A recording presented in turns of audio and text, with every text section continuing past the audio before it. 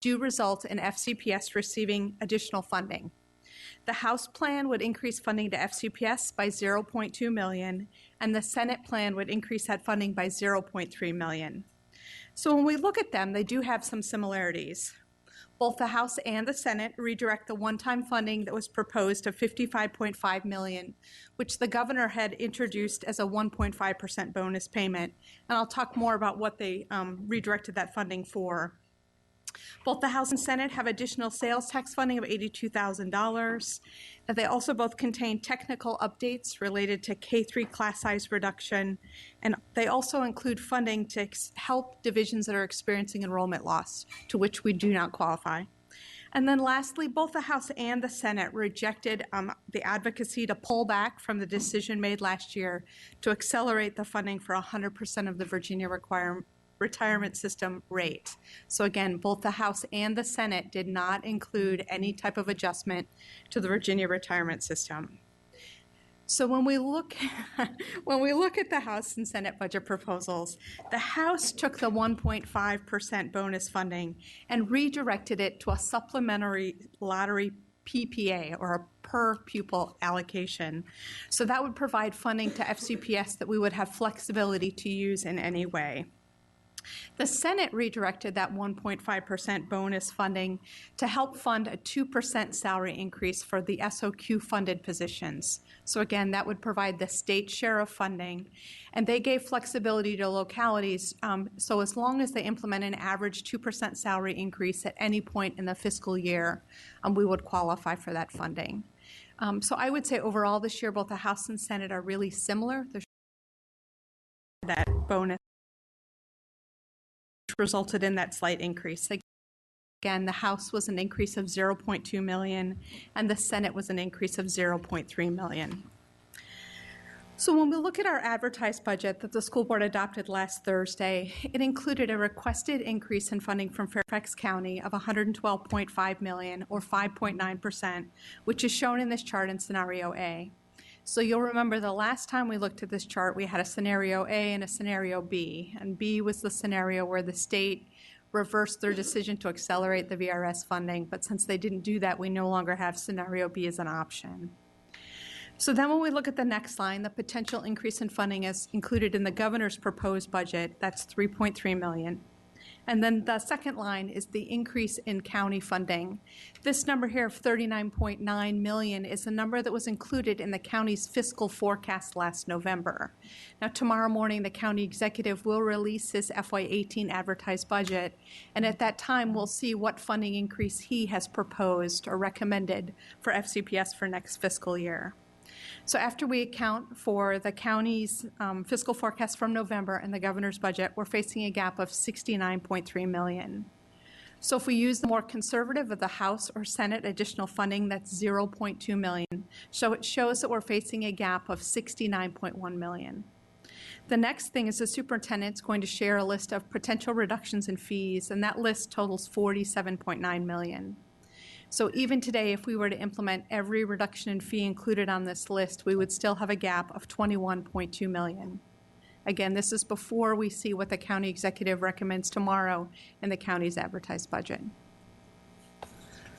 So I'll turn it over to Dr. Lockhart. Okay, thank you, Ms. Michael. Good morning, everyone. What I'd like to try to do now is walk you through a little bit of some of our thinking. The board had requested that we bring some of our thinking back to you for your consideration. Before I begin, and I think I'm stating the obvious here, none of the things that we bring before you are choices that we like. All of these things are pieces of the program that is Fairfax County Public Schools that I think separate us from other school divisions and make us the system we are. However, facing the 60-some million that Ms. Michael just showed you in terms of our budget deficit, we at least need to consider for conversation today the items that I bring before you. We did use some criteria as we began to identify the list of potential reductions before you today. Certainly, we took all the input from our leadership team who's been working on these budget issues for the last several months, as well as the feedback and report from the Budget Task Force over the last 2 years, as well as community input and your conversations. We used criteria to evaluate what the potential reductions could be. Now, I'll again state the obvious that some of these criteria, while we're recommending these pieces and we believe that they could be meeting the criteria, you might not believe it meets your criteria. We understand that.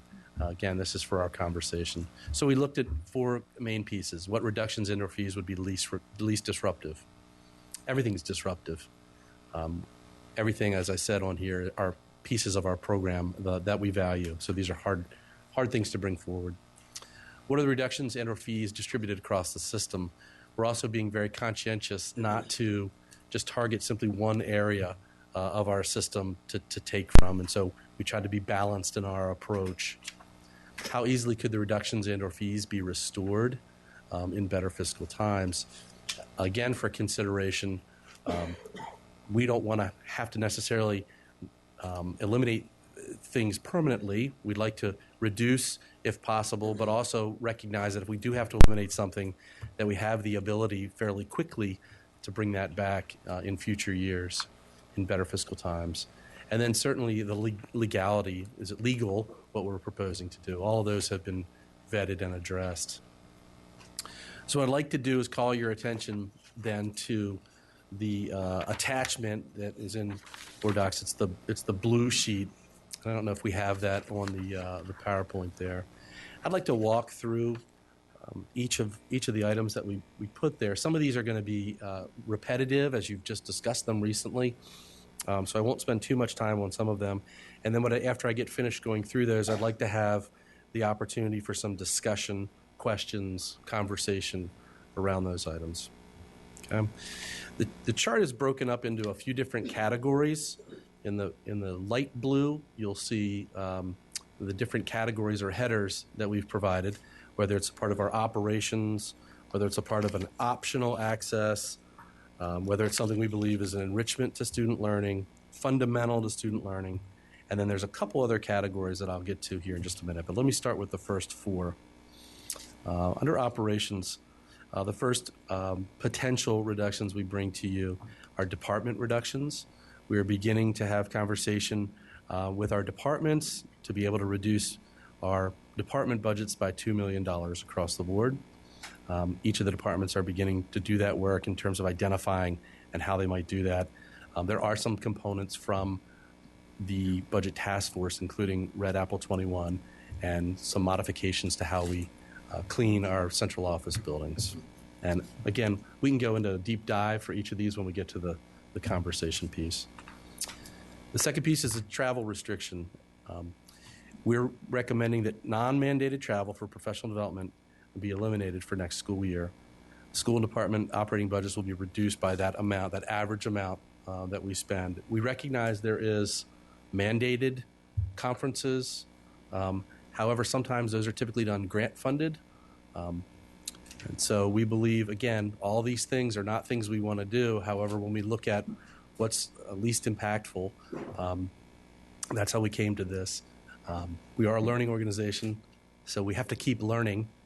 But we also believe we can make some sacrifices to bridge the gap with our budget shortfall in the short term. I move on to optional access. For our ESOL transitional program, we're doing some planning right now under the guidance of Dr. Duran to better align the ESOL transition program with the instructional delivery model and fee structure that's already in place at the Fairfax Adult High School. We believe, and Dr. Duran's prepared to talk to you a little bit about some of that planning in a little bit here. We believe that could save us approximately $1.2 million by looking at doing that a different way. When we get into the enrichment pieces for student learning, athletic fees, that's something you've seen in the Budget Task Force. Students being charged a $150 athletic fee per sport, and that would be capped at $300 per student year. With the fees, the students eligible for free and reduced price meals, that fee is waived. Pupil placement fees, the application processing fee of $100 charged for students who apply to attend a non-based school. And again, fee for students eligible for free and reduced is waived. Band and strings, you've seen that recommendation before from the Budget Task Force in terms of beginning that program in 5th grade. And then summer school, the funding eliminated for elementary and middle school summer school programs. The Bridges to Kindergarten, Young Scholars, and of course, high school programming, particularly credit recovery pieces. And those summer programs funded through Title I will continue to be offered. We'll move on to the fundamental to student learning piece. In this category, we've identified 3 places for your consideration. First is the elementary class size formula floor. And that involves increasing the school staffing formula from a minimum of 17 students per teacher to 19 students. Class sizes at elementary, middle, and high would be increased by 1 student per teacher across the district. And you can see the components that encompasses as well. And that's a pretty significant ticket item, as you can see by the dollar amount attached to that. And then instructional materials, the per pupil allocation for instructional materials that we provide to our schools, materials and supplies, reduced by 10% to realize a savings of $2.4 million. The potential reductions in fees previously considered by the board last Thursday evening and Friday morning. I've included the ERFC benefit modifications. You know what those are, as that was a part of the proposed budget that I put forward to you. The parking fees, that was also discussed. I've brought that forward as well. AP and IB test fees, that was discussed a little bit differently. The recommendation we have before you here is that FCPS pays for the first 2 AP tests and the first 3 IB tests each school year. Fees for students eligible for free and reduced meals will be waived. And we will change our policy to eliminate the requirement that students enrolled in AP and IB courses have to take the related AP or IB exam. And then community use fees, that was already approved by the school board, that change last Thursday evening. Then we have the first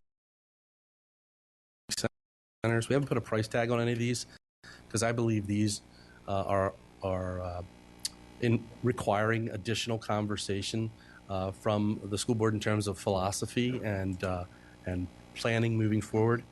The idea for the first one was that we could potentially begin to phase out transportation to advanced academic centers from elementary schools where the base school offers local level 4 services. That potentially could start in 2018 with grade 3 students and then transition each year after that, then 3rd and 4th, then 3rd, 4th, and 5th, and so on. However, I haven't included that in the overall budget number or put a price tag here because I do believe that also involves some philosophical conversation and direction from the board moving forward. Preschool class size, here's another component that I think needs some conversation. If we were to increase preschool class sizes to 18 students per teacher instead of 17, where allowed, when we have 3-year-olds in the program, we have to cap that at 17. However, when we have classes of 4-year-olds, we could potentially move it to 18 students. The result would be more students being served with the current resources. The travel restriction for this year, non-mandated travel that has not already been approved, would be frozen for the remainder of 2017 and then recognize those savings as part of the final budget review. We do have obviously some things already in the queue and approved, but there could be some savings there.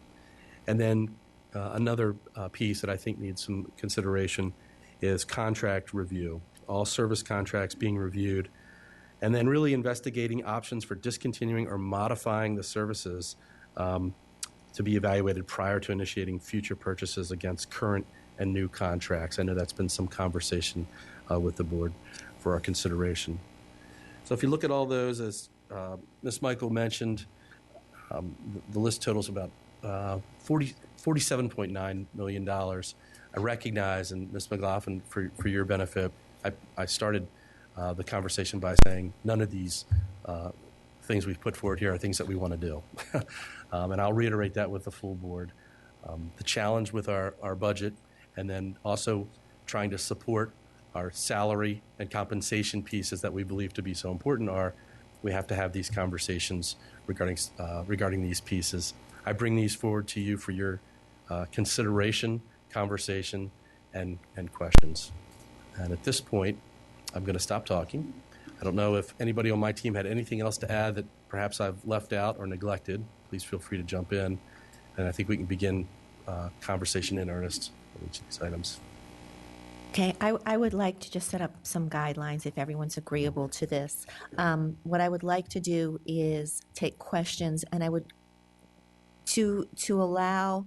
I would like to go one by one on these so we can have a deep dive, starting with operations. So questions will be first directed to department reductions or travel restrictions in that category. After we exhaust all questions in that area, we will move on down. After we, and again, remembering that we have until 1 to do this, we will have a little lunch break in there. Maybe we'll do it at 1 and then have the lunch break from 1 to 1:30. I think that's what the schedule's stating. And once we go through Dr. Lockard's, if we get through all of them, there is also the opportunity then to, but I think a lot of these things that Dr. Lockard put in here do combine some of the February cuts that we were to look at and go through. But so for now, I will start taking questions. I already have 2 people, and I have 3 more that I just saw. But we will be discussing the operations section, department reductions, or travel restriction. And I will be starting with Mr. Moon, followed by Ms. Hines. Thank you. Before I ask you specific questions regarding departmental reductions, I want to get a sense from you as to what you're trying to accomplish by the end of the work session today. In the context of upcoming a joint budget meeting with the County Board of Supervisors on February 21, whether by the end of this work session, after 4 hours of deliberation and discussion and debate, whether you are seeking sort of directions to you to what to present to the. Well, the first thing I'm seeking is obviously your knowledge and awareness of. You had tasked me with bringing forward to you what I would consider some of our best thinking to date. Again, I'd recognize it might not be everybody's best thinking in here, but you asked for that information. So the first thing I'm trying to do is meet your request and provide that to you. As we look ahead to what we'd like to accomplish, then it's clarity around all these items, and moving forward, I think it's important for us to be able to bring in the conversation with the Board of Supervisors. These are some of the things that we are considering or have already considered, and the reality of our existing budget shortfall, so that there's I think maybe even a better or more keen awareness of some of the hurdles and challenges we face. I leave it to the budget chair in terms of whether the board wants to move any further with some of these items, or as we've done previously in a work session, start to identify where is there maybe more of a consensus for things that we could move forward with. As Ms. Michael and Ms. Quinn have stated before, there's some items that we would need to move a little more quickly on in our planning and preparation. Okay, thank you. Appreciate that. Let me focus on department reductions. That's the first item. That $2 million, I'm sure that you have some rationale behind, coming up with this particular amount. Now, if you could share that with us. Sure. So as I know you've heard many times, most of our budget is people, and so the same holds true with our department budgets. We get to a certain percentage of cuts, we start cutting into people and roles and responsibilities and functions. So this funding was identified, and you've seen the graphic that I shared with you all in the proposed budget, where we are in terms of our central staffing compared to everybody else. We can't get any lower. The services at some point begin to be impacted in our schools when we cut too far into our people. So this number was identified positions, thus less impacting our schools and the people we support and serve, and more about department budgets for other items that we would have to re-examine, to reprioritize. So these are more of the operating expenses and budgets for each of those departments. I understand the management budget, portion of our operating budget that goes into management is about 0.7%. And if you could tell us what this $2 million represents in terms of percentage of that, the money for management. So we didn't look at it in terms of the percentage of management that you're referring to from the WABE guide. When we look at comparing management and the WABE guide, we're looking at our non-school-based directors and coordinators and leadership team as compared to our total number of positions overall. And you're absolutely correct. We have the lowest percentage of that by about half of the other districts in the WABE guide. When we look at the departmental reductions, when we took all of the expenditures that they have for non-school-based activities, so both their full-time salaries, any hourly funding that they have, as well as all of their logistics funding, $2 million represents about 1.2% of that amount in total. I would note that when we look at the reduction in terms of travel, some of that as well would come from departments, right? So that percentage, after you account for both, will increase. Thank you. I have Ms. Hines, followed by Ms. Evans and Ms. Strauss. Actually, I had my name on the list there before you told us how we were going to be doing this, Ms. Derenak-Kovac. Okay, so if we'll you come could, back to you. Yeah, if you could put me on the list for enriching student learning, Okay. that'd be great. Thank you. And everyone here for providing this to us. I know a lot of thought and work went into it, and it's difficult to put these kinds of cuts onto paper. In this section, the only question I have is about the travel restrictions. That 0.5 million, that's out of how much total? So, Ms. Michael, you'll probably do a better job explaining that than I am. It comes out of a larger professional development fund. And so, Kristen, do you want to try to explain how we identify that $500,000? So when we looked at that, based on the discussion last Thursday evening, what we looked at was travel. So nearly all of our travel is spent on professional development. There's a very small amount that's spent on recruitment travel, as well as legislative travel. So we're really targeting that travel spent for professional development. So when we looked at it, we looked at our spending over the last couple of years. We have been spending approximately $1 million in total for that. But that funding from travel includes all of the funding for mandated training or travel, as well as things that are grant funded or funded by other funds.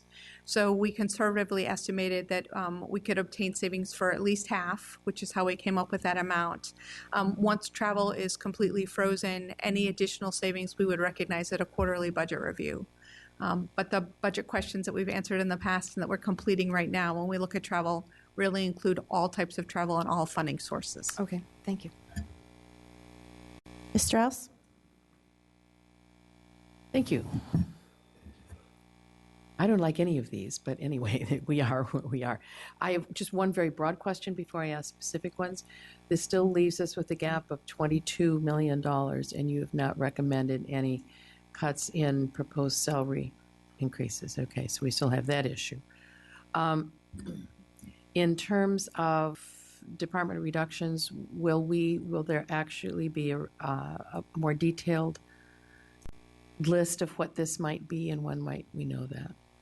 Yeah, so we're working on that. We've asked departments to identify those pieces, and we just are not ready to bring that information forward as we don't have it all yet.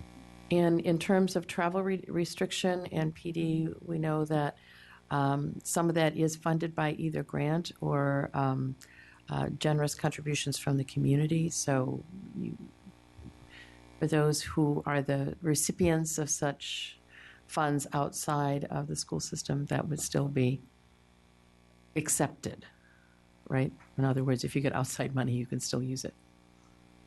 That's the way we've written Right. this, and we recognize particularly with the grant funds. Right. Those are typically required components of travel. Right. And then the travel restriction, does this also apply to anything in Washington, D.C. or in Maryland? In other words, is it all travel, even though it's basically local, but we're close to other jurisdictions. I mean, how far, when we say travel, how far can you travel?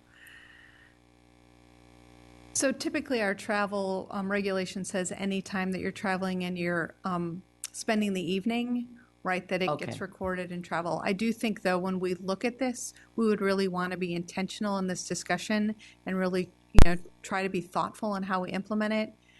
So I do think, in general, we try really hard to see if there's any travel or any professional development activities that are local, but we would have to assess all of that as part of implementing this So reduction. all of it would be looked at, whether it's local or beyond. So we're looking at saving on mileage as well as meals, accommodations. No, I see Susan shaking her head. As we travel to schools and things, I'm just Correct. curious. No, we're definitely not looking at any local mileage. So Okay. when we think of any travel, whether you would drive to Richmond, Okay. to another school, any type of reimbursement that we do for itinerant teachers who travel site to site Exactly. is not included Okay, in that this. was my question. Okay, great, thank you. Right, we're really focused there on all those pieces that you mentioned. Sure. Lodging, Right. airfare, meal reimbursement, Right. et cetera. Okay, so the usual day-to-day business that has to go on for teachers, for principals, for everybody. Okay, thank you.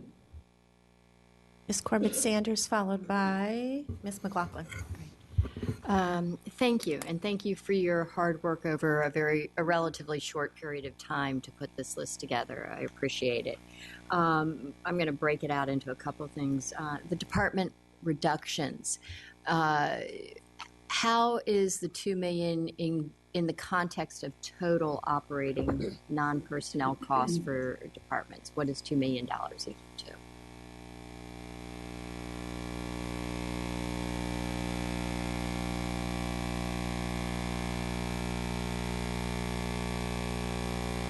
So for non-school based operating expenditures, the $2 million represents just under 7%.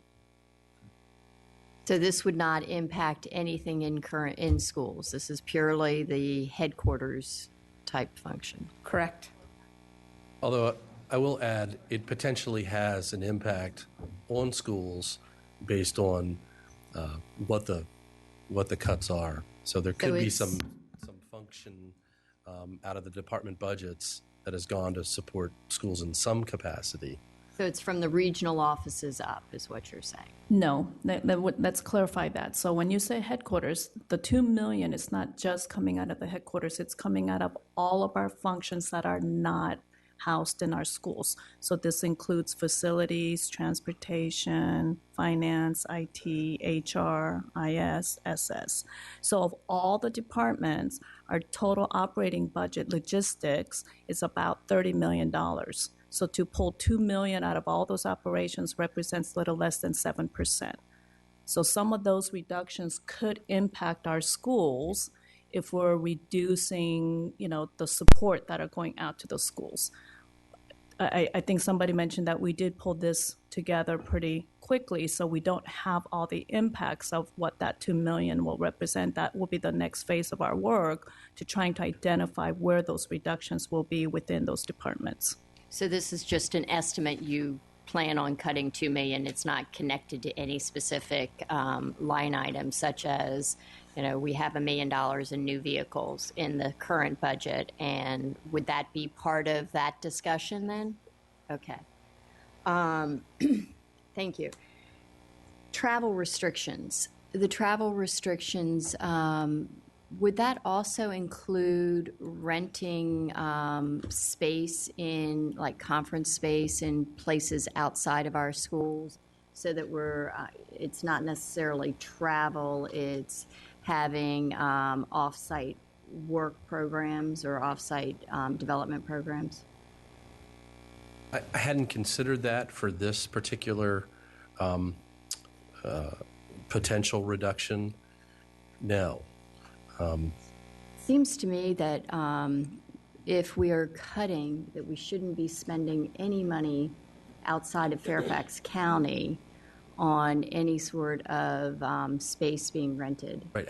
Outside the system, I would agree with you, then that constitutes travel, right? If you rent a space somewhere outside our system, then you have to get there. Well, but if it's across the way in National Harbor, Oh, okay. or you rent space in, some other location, that's not something that, if we're tightening our belts, I think that we should probably include that, because we have space within the system that people can use, rather than going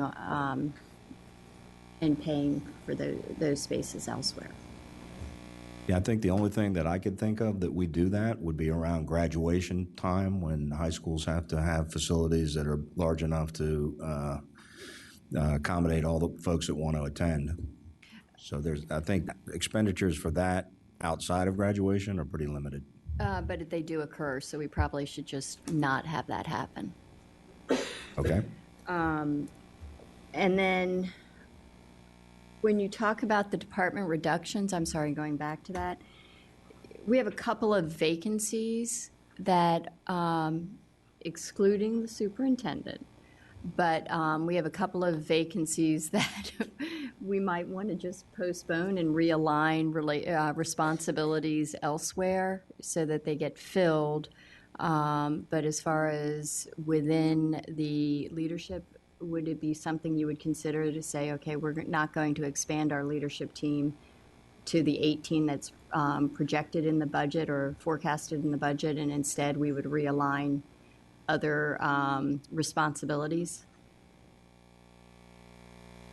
We hadn't considered eliminating any existing positions. We have asked departments if there are positions that have gone unfilled, to examine those to determine whether there are roles and responsibilities that can be absorbed. However, at the leadership team level, in terms of vacancies, we hadn't had that conversation. It might be worth doing some inward thinking about whether or not we can realign responsibilities to do that. And then only other, I think that's my only questions regarding this. Thank you. Ms. McLaughlin.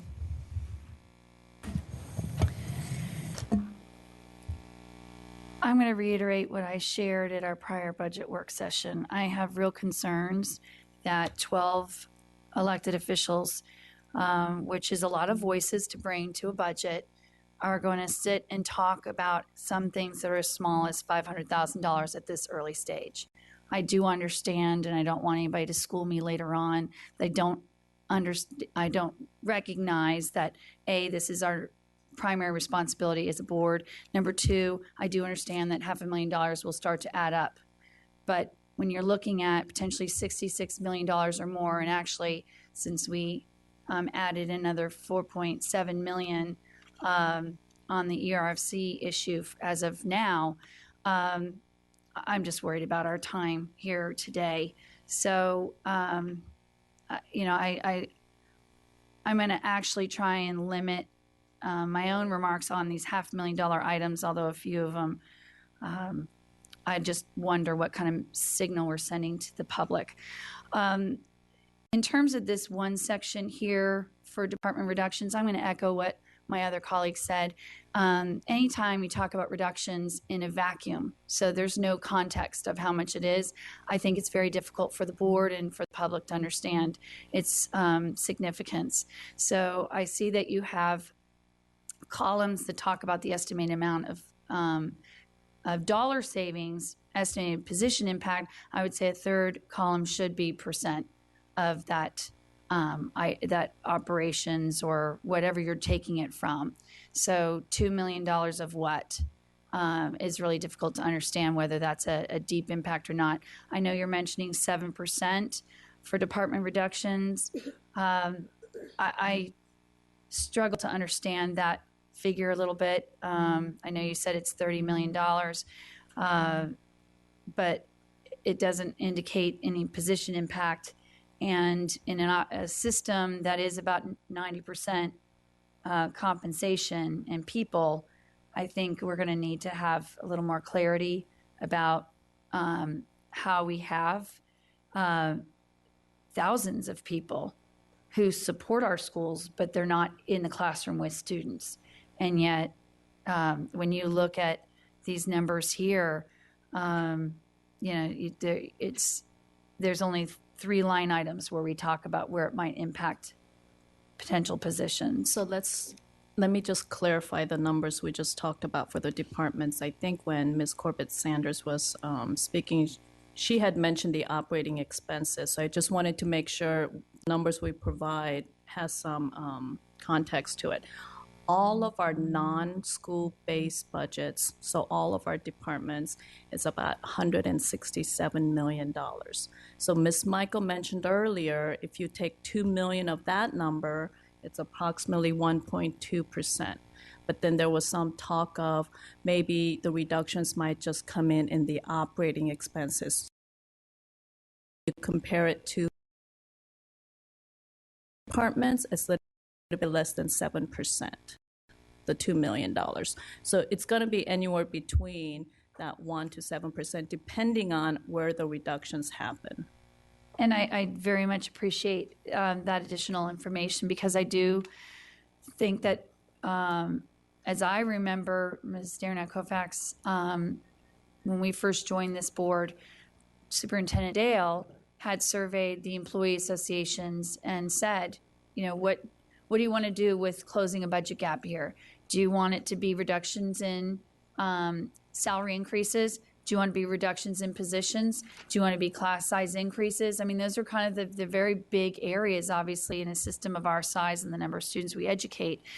And that, to me, almost is a bit more of where we need to be having the macro level conversation with our key stakeholders, because this stuff should be happening regardless. I mean, I do think that as a board and as a community, we have to put some trust and faith in our managers and directors to be looking at where you can have, operating cost reductions of up to 10%. But when we're trying to figure out much larger items, then I think you have to look at things at a more macro level. In terms of the travel restrictions, again, it's such a small number that's been brought forward here. I would just hope that obviously we're looking at staff reassuring the board and the public that you're making the most judicious decisions possible, and ones that bubble up and become controversial, then we have to answer for those. Those do come up from time to time, and that's just a credibility problem. But I guess I do want to say this before we continue with the rest of the sections. It's my understanding that the county executive has been talking about the continued budget fiscal forecast in this county, and what he is now identifying as what they can be doing with salary increases. And when I talk to people in the community about what the private sector and even those who work in other sectors, nonprofits, what kind of salary increases they're expecting to get for this next fiscal year, it's not good. And so I don't take lightly that we want to deliver to our employees the best compensation possible. But I still worry that we're building this budget in a vacuum again. And I haven't heard any updates from the board or from the superintendent about what is Ed Long saying about compensation, because I'm hearing things from multiple sources that he's no longer anticipating that's going to be realistic to look at a average salary increase of 2.5% to 3%. So I do feel like that needs to be a big piece of our conversation in terms of, again, context. I don't want to be talking about compensation cuts when the public might be hearing, well, the county's promising this. But if the county's saying something different and we're all one county, we've got to be having the conversation. So it worries me that we're not having this, because everyone knows that is a sizable component. That's it for now. Well, if I can just speak just briefly to those comments, I know Dr. Lockhart has been having conversations with Ed Long. I know Miss Evans has been speaking to Miss Bulova. I just think, as I said before, the information is, kind of a. There hasn't been any revelations. Let's put it that way. And at this point, I think tomorrow. That's where we'll find out things. It's a little unfortunate this work session came timing the day before. I would have really appreciated it if it was, but it is what it is. And so I don't think any of these efforts we're making today are in vain, because some of these cuts are going to have to be talked about. And I think as we move forward in other work sessions, we'll have the benefit of kind of knowing where board members sit. And maybe Dr. Lockhart, with regard to Ms. McLaughlin's one statement, the employee associations, I believe you just had a meeting with those last week. Were any of these discussed at that? Well, I know these weren't discussed because you wanted to present them to the board first. But maybe if you can talk a little bit about what that, when we meet with the three teachers organizations, what was discussed there regarding budget. Sure. Well, we've had a couple of different venues with our associations for feedback.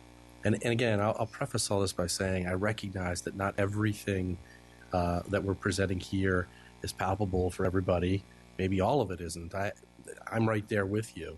But we did incorporate all that feedback, all those conversations. We meet with our representative stack, our teachers group, once a month for feedback. We've had meetings with our associations, with our principals associations as well. So that input and that consideration has been included here. Again, I recognize there might be certain items or certain pieces that we might not have 100% agreement on. I'm not going to tell you that everybody agreed on all these pieces, because that wouldn't be accurate. We've used the input to the best that we can to bring forward our thinking to you today for consideration.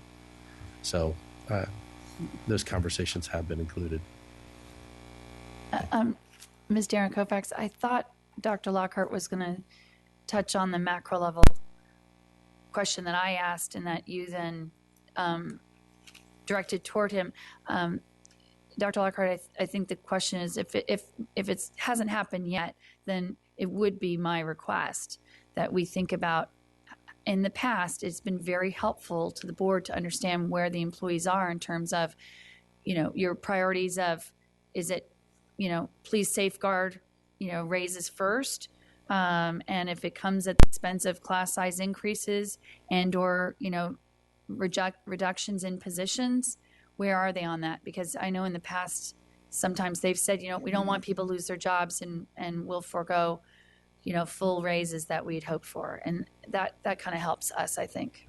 I can share with you, and I don't want to put words in people's mouths, but I can share with you that certainly I had significant support for the compensation piece that I proposed, recognizing that some of the potential reductions here do impact employees in several ways.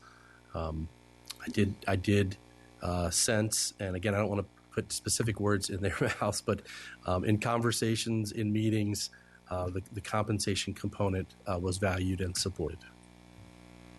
And I'll add, we do have members of our associations, elementary, middle, and high, that are here. And I think and I could let them speak for themselves, but I think support for the compensation is something that you heard at the public hearing from all three associations. I think their belief is to look over the last 10 years, and I think employees have said that let's preserve our system. And now the compensation is, out of whack with the market value that we've discussed before. So I'm pretty confident that the three associations, principals associations, would say compensation is their top priority. But if you'd like, we could ask them.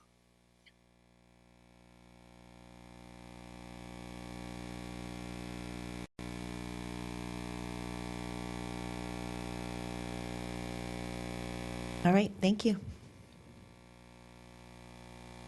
Next on our list for questions is Mr. McElveen, followed by Ms. Huff. Okay, just to start briefly, I appreciate Ms. McLaughlin's comments, but I do believe that if we don't look at these $0.5 million items, we're left with compensation, whether it's class sizes or personnel. So it's my opinion that we have to look at all of these things. My question is on the department reductions. Red Apple 21. So we get a portion of our funding for that from grants, correct?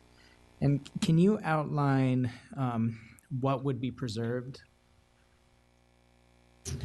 So we get funding from the county cable franchise fees, which help support those activities.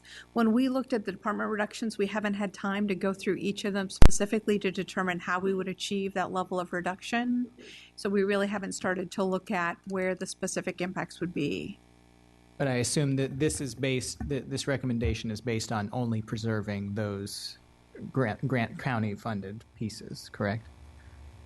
So we took the different potential reductions that could impact departments, whether it was communications, Red Apple 21, department reductions overall, and we really included them in one reduction because we really do want to work together as a leadership team and try to find reductions that have the least impact and are really following the criteria that the superintendent laid out in terms of identifying potential reductions. So we haven't specifically went through and said what impacts would occur either to Red Apple 21 or any other of the departmental functions. Okay, just putting on my PEC hat, which I'm not always excited to wear, but just in this piece, I would like clarification at a later date if this would impact our recording of work sessions, our ability to do videos at Sprague, things like that, just very basic things. Thank you. Ms. Huff? Okay, so I guess I'm somewhere in between my colleagues. I appreciate, Dr. Lagarde, you sending this to us over the weekend. I think it's work that has to be done. But I do believe that it is work I trust you and your office to do more than I even trust myself to go through and nitpick. With that being said, I'm going to try and ask some more higher level questions that address those items that were brought up. When we're talking about our administrative costs and comparatively to others, do we include specialists and coordinators at that level? So that WABE comparison looks at coordinators and directors. It doesn't include specialists.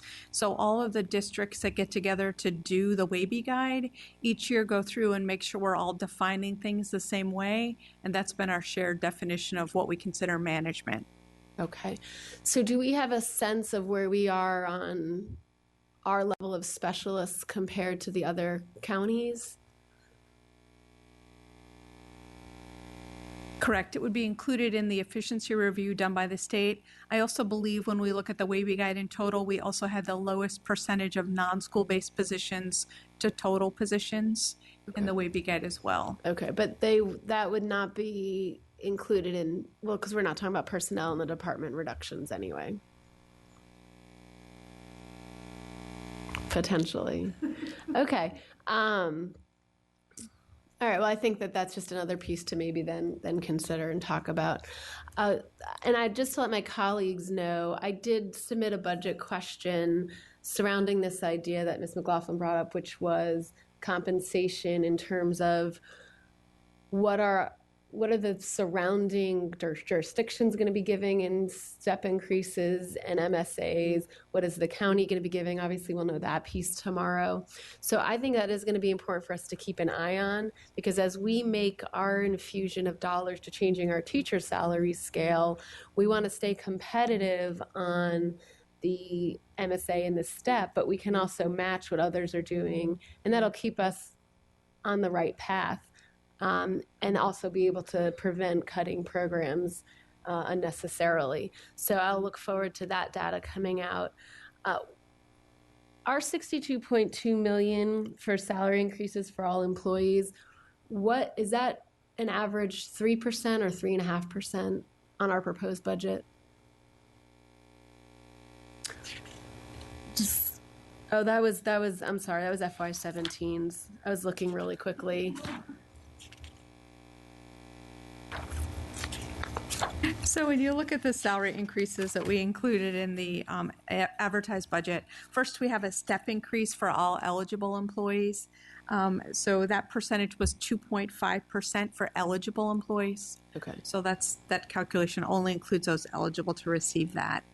Then when you look at our other scales, the teacher salary scale enhancement, that $33.2 million, included our projected impact of market scale adjustments for the surrounding region. Okay. Right. And then for the non-teacher salary scales, those were developed without including any type of market movement in the region. So we had included in that cost proposal a 1% market scale adjustment. Okay, so a total of 3.5%. Only for the employees that are eligible to get step. But yes, if you're eligible for both, But so when we're talking about how other people do it, they would do it the same way. When we're talking about our average increase, I mean, that's just the standard conversation. When you're kind of making that caveat of only those that are eligible. correct. So when we obtain the data to answer your budget question response, Yeah. what we'll be asking each jurisdiction is, will you be giving your employees their step increase for this year? Right, and when we look at the surrounding school districts, right, they all do a step and grade system like FCPS. And then we'll also ask them, are you applying a market scale adjustment and to what percentage? And then we ask them if you've done any other type of adjustments. Okay. So like we're making an enhancement to the teacher scale, is anyone else making enhancements or changes to their scales? Okay. And then we'll get that same data from Fairfax County tomorrow when the county executive releases his advertised budget. Okay. And I'm going to go back to the department piece then in terms of the reductions. I was looking at our communications. I know we've done a lot of changes, and so it probably looks different on here than in reality of how we've transferred positions over to our communications office, I'm guessing. So I'd like some information on that. FY17 looks like we had an increase from pretty much $600,000 to $1 million for just the communications operating expenses is mostly where it's come from. Is there another increase for FY18, and is that a true increase, or was that just because of how things were reallocated?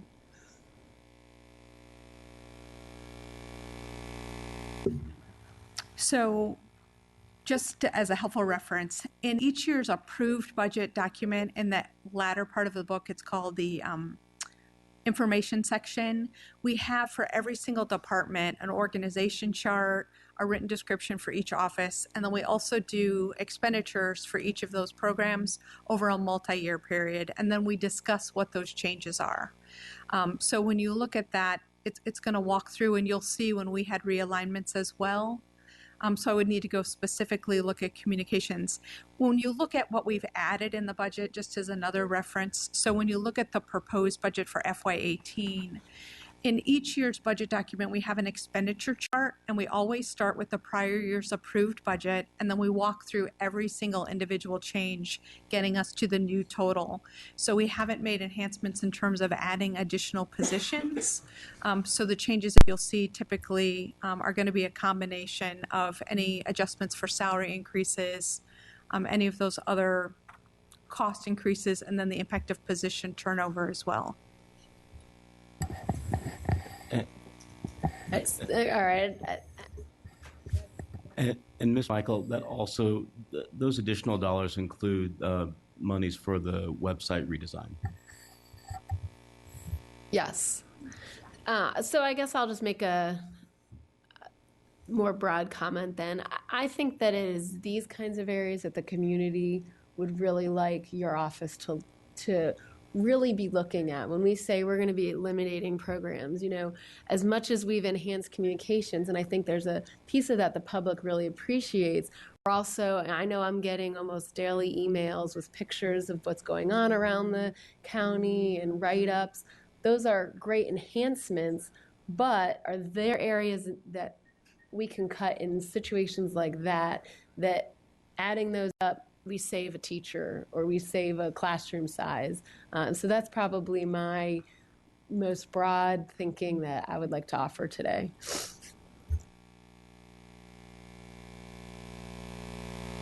All right.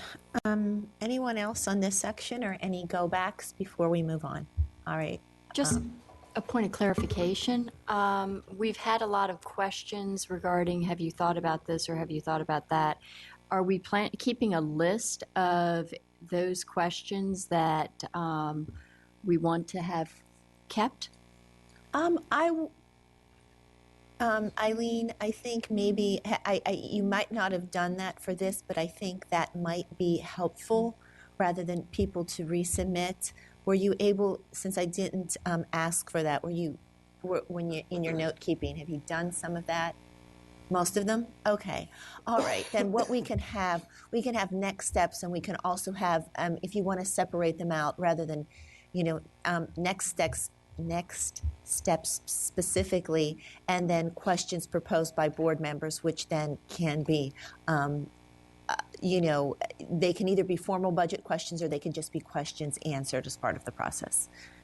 Because I think that's going to be really important to, as far as framing our further discussion of this. Yeah, I agree. Because at least I would echo Ms. Huff's comments that before we cut student-facing programs and add additional costs to families, we should be looking at every other opportunity to realize efficiencies and savings, because after all, the business we're in is the business of educating students and making sure that we provide the opportunity for every child to succeed. So, if it means that we cut back on travel and we cut back on communications cost, if we cut back, then those are better used or better saved efficiencies than in our classrooms. Thank you. Ms. Strauss. Just to follow up to this discussion, that sometimes there are costs in one year that will not continue in the next year because a project was completed and then it goes back to whatever your staffing cost was. So I guess I have not looked closely at that one appendix, because as we project to FY 2018, I am assuming that we will be able to see that, because you may see a bump in one year and then it comes back down again in the next year. So whether or not it's a continued cost, because there are things that occur in singular years that either become less or can be less expensive. But so there's a variation year to year. So you should be able to look at from approved to approved Right. to get your recurring base Right, for that exactly. year. Once you start looking at revised numbers, they do include the one-time activity like the web page Right, redesign or the funds we have set aside for, let's say, bus radio. So Right. the revised numbers do reflect some of those one-time funds that Exactly. we've set aside. So if you're looking at trying to compare, if you compare it from the approved to approved, it's best way to look at whether or not the base budget for that Exactly. particular department has increased or not. Right, because again, what this also does for us going forward, that you can see undertaking a new project or undertaking a new contract is while it may be a one-year bump, it may be something that we don't want to undertake in the next year. So at least understanding what is reoccurring and what is the cost of a new project, which then goes away or we decide not to do it. Okay, thanks. Anyone else? All right, I will just end with my comments. I had once, like Ms. Huff, I had pulled this out from last year. And Ms. Huff, if you have a already budget question in, but this was a comparison of local school districts. And so if there's already a formal question in about that, but this chart, if a graphic like this chart can be included, that would be great. And then I guess one of my questions for the clerk to record would be, and you can answer this now, or we can just talk about it later. Talking about, because I think we are at the point where we're having to look at items we didn't before, and I saw this in one of my old budget books, and I didn't bring it with me, but it was asking the schools to look at their funds and return a percentage back to us that was asked of schools, and I can't remember if that was in 2000. It might have been FY 2016, but it was something that we had asked, and there was some analysis done on that. I'll have to find it, but I'm sure you ladies probably know what I'm thinking of. So, Dr. Lockard, might I ask if that would be something that you considered, or you would potentially consider in the future as these conversations go on? Just to clarify, is that different from, because we've included the instructional materials piece that schools are going to have to consider about 10% reduction in instructional materials supplies? I think it's different. Mr. Moon, you want to say something? Mr. Narcovics, I'm not sure whether this is what you meant to refer to. A number of years ago, I think at the time it was Dr. Dare was a superintendent. At the end of the year, the money which have not been spent yet by individual schools, part of that was recaptured by Central. Yeah, that's what I was talking about. Because we needed to meet some budget gaps at the time. Yes, that's specifically what I was talking about. So if that can just be for a conversation for further consideration in the future. Yes, Ms. Palchuk, sorry.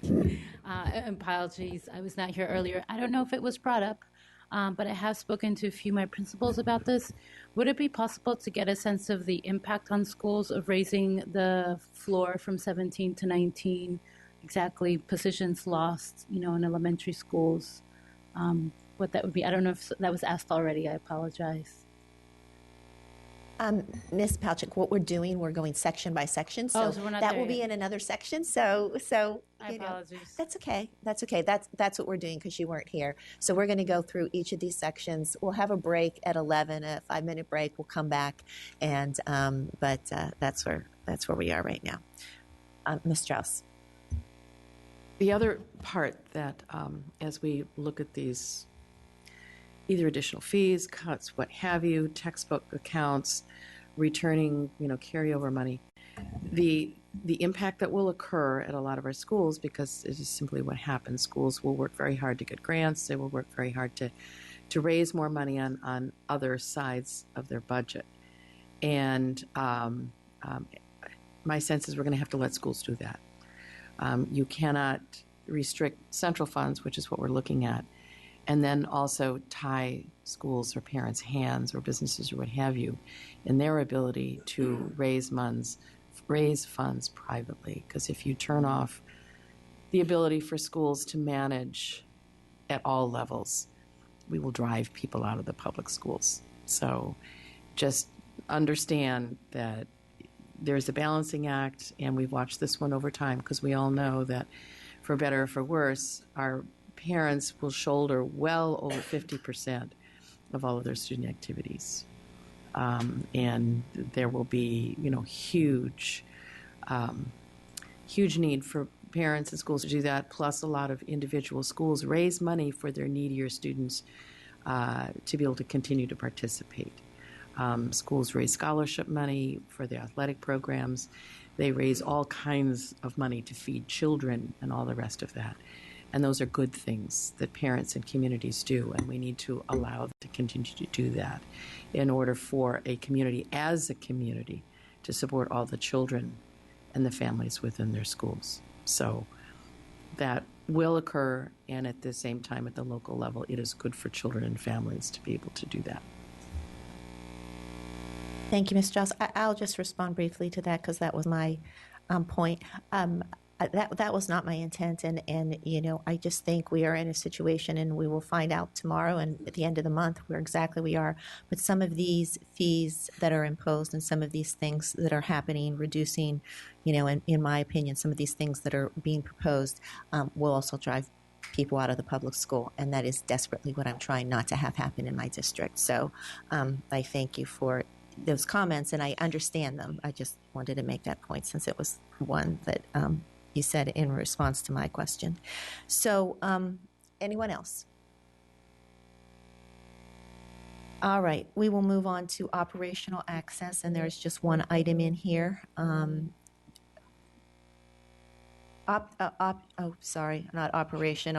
Optional access. Right, so it might be helpful if I ask Dr. Duran just to give kind of a brief overview here for this piece so you have some additional background information. So currently we have transitional ESOL high school programming and Fairfax adult high school programming. Currently, both of those are considered as one school for VDOE accountability purposes. So what we're doing is looking at, just beginning with IS staff who oversee the ESOL, transitional ESOL program, and DSS staff who oversee the adult high school program, looking at how we might better align them since they are already considered to be one school. And in particular, looking at various things around the amount of fees that are charged for students that are over 22. So in one of the programs, our transitional ESOL program, students up to 18 to 22, and then we have many students over 23 who are not charged a fee. In the adult high school program, if you are 23 or over, you are charged a fee. So trying to bring some consistency. Also looking at the type of staffing that is provided between the two schools. And we want to eventually get to a place where we will have a consistent ratio of the number of staff that are both contracted and hourly. And currently there is a different ratio in both of the programs. But ultimately for us, it's really about an equity issue because in the transitional ESOL program, it serves students that are EL levels 1 and 2, and they're separate. We want to combine them into one so it's seen as one school, provide curricular opportunities for students to have access, regardless of what level you are, while at the same time ensuring that we are being efficient with our funds. So we're looking at fees and efficient with our staffing. So those are the three key areas that we're looking at long term. So our efficiencies right now would be looking at fees for those students that would be 23 or older. And it's a fee that's not prohibitive. It's $80 a semester. And that's currently what we charge for our adult high school.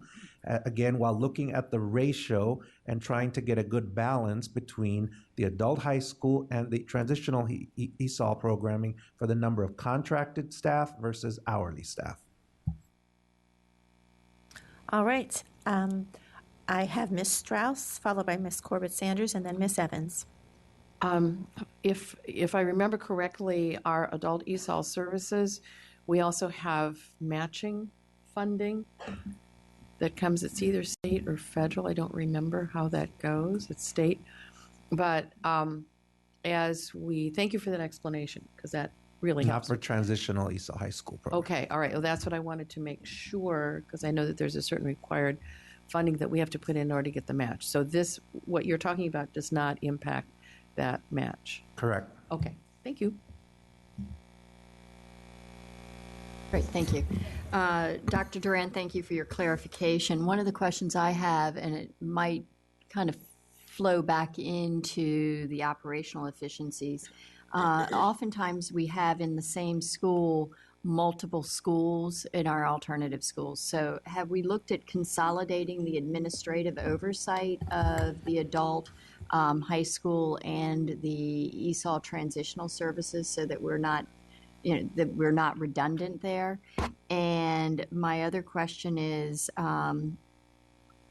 we're talking about starting that at age 23. It's my understanding we get limited funding for the 19 to 22-year-olds. So why are we waiting until 23 versus possibly charging a fee starting at 21 or 20? Or how did we get to 23? To your first question, we are looking at, we currently have 8 sites in the transitional ESOL program, and we have multiple sites in the Fairfax Adult High School program.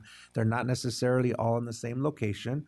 So that is part of our goal of how do we align them into perhaps even regional sites. And then we would be able to potentially have co-facilitation via administration, and then also looking at one department that could oversee that. So that is on our plan, Ms. Corbett-Sanders, and that's what we're looking at right now.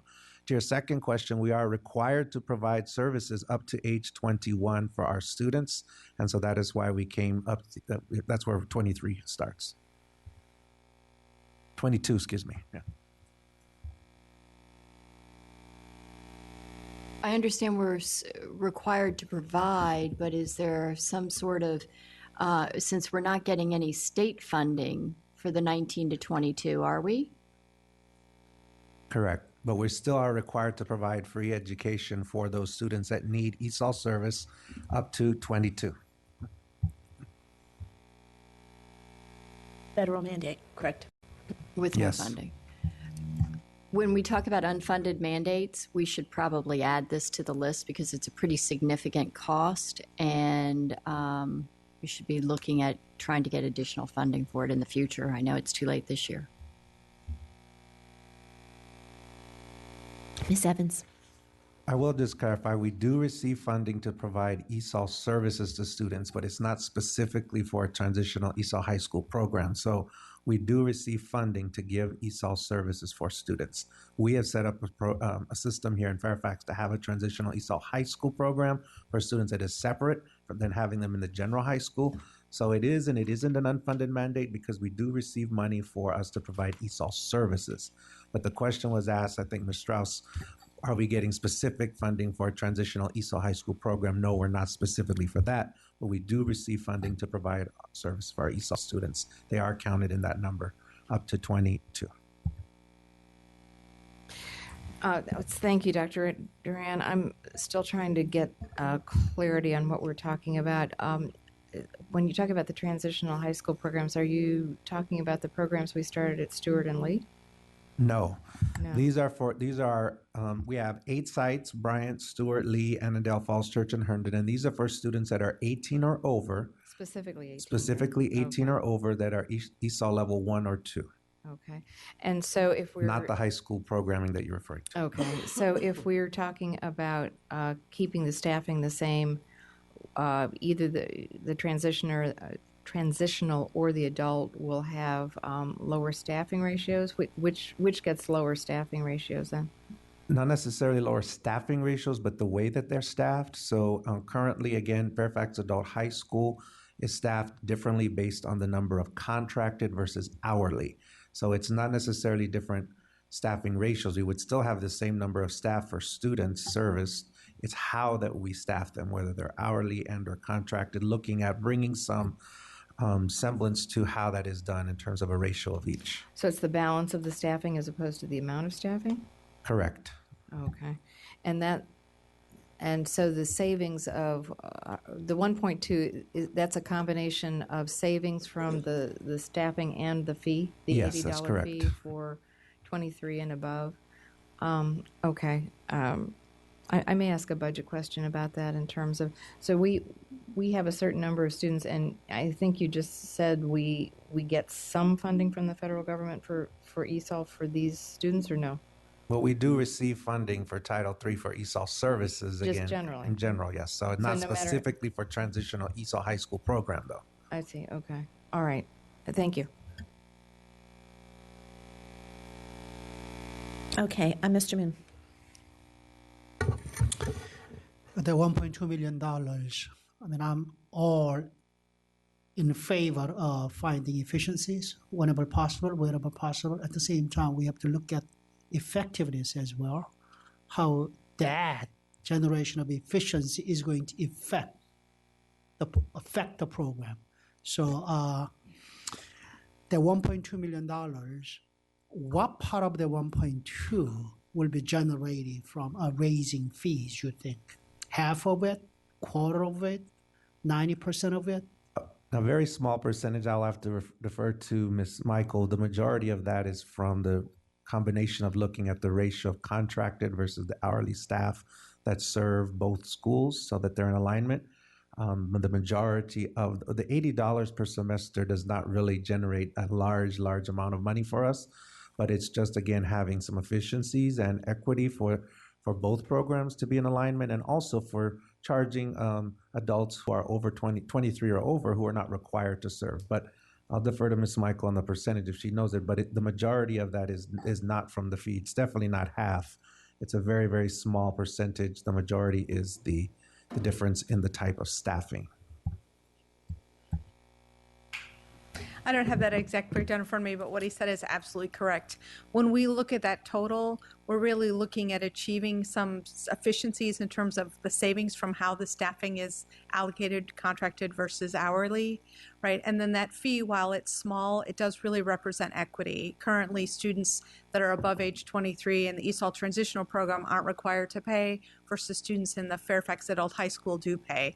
So we wanted to improve equity at the same time. I appreciate that, but if you could share with us later on how small that small percentage is. Yes. Whether it's 0.5%, 1%. I just want to have a sense of that. And the next Once question. we have our final plan in place, we can certainly have what the actual dollar is and what those percentages are. But I do want to reiterate, this is not compromising the effectiveness of the program. Absolutely We're not. not looking at that. We are looking at how we better align it and actually better serve our EL level 1 and 2 students by giving them access to be under the adult high school, which will actually give them more opportunities, in our opinion, to be served differently. I appreciate Dr. Francisco. The place I was gonna go, I meant to go was when you talk about A size potentially being reduced, number of size being reduced below 8. Sometimes we talk about how that's gonna affect for some or many of the students to be able to get there. I know our transitional ESOL program, it's an adult high school, they provide very valuable services for those who need to acquire language skills, and that having the language skills also help them move up in their careers. So that I don't want that to be so much negatively affected by lack of transportation means to get there, so not be able to get the benefit of the program.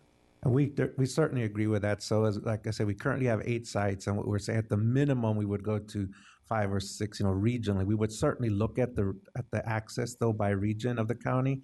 We're certainly not saying that we would put it in one site and have people have issues to transport there. But again, that is not actually included in this. That's a long-term plan, and that was in response to Ms. Corbett Sanders asking about the administrative efficiencies. So certainly we will look at that. And it's partially looking at what Ms. Corbett Sanders raised in terms of having administrative oversight, but you can also do that even in multiple sites. So it's a combination of, do we have efficiency with administrative oversight, and then also how do we serve students regionally in a way that they have access? Thank you. Ms. McLaughlin. I certainly appreciate everything that Mr. or Dr. Duran has shared with us, and to me, it sounds as if this is an appropriate operational decision to make.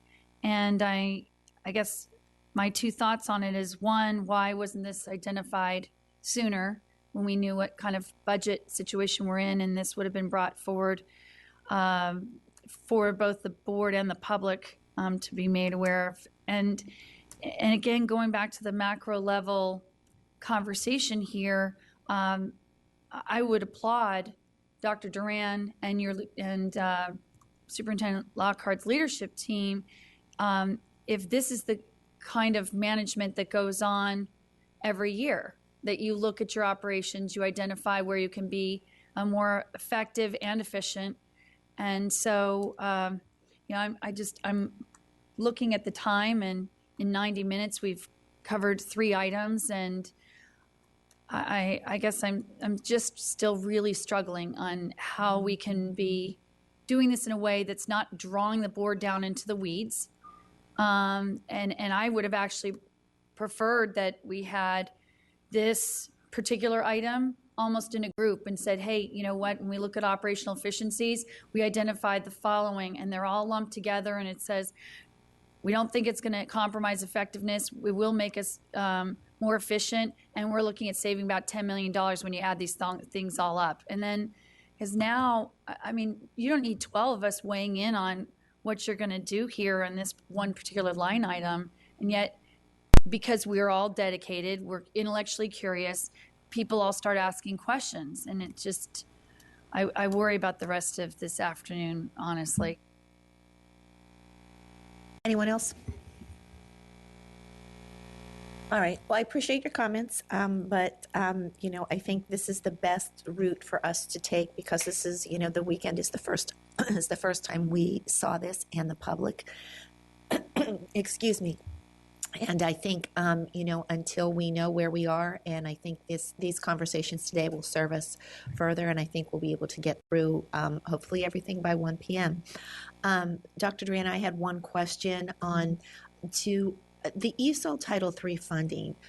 Up to what age of students does that cover? Yeah, 22. 22.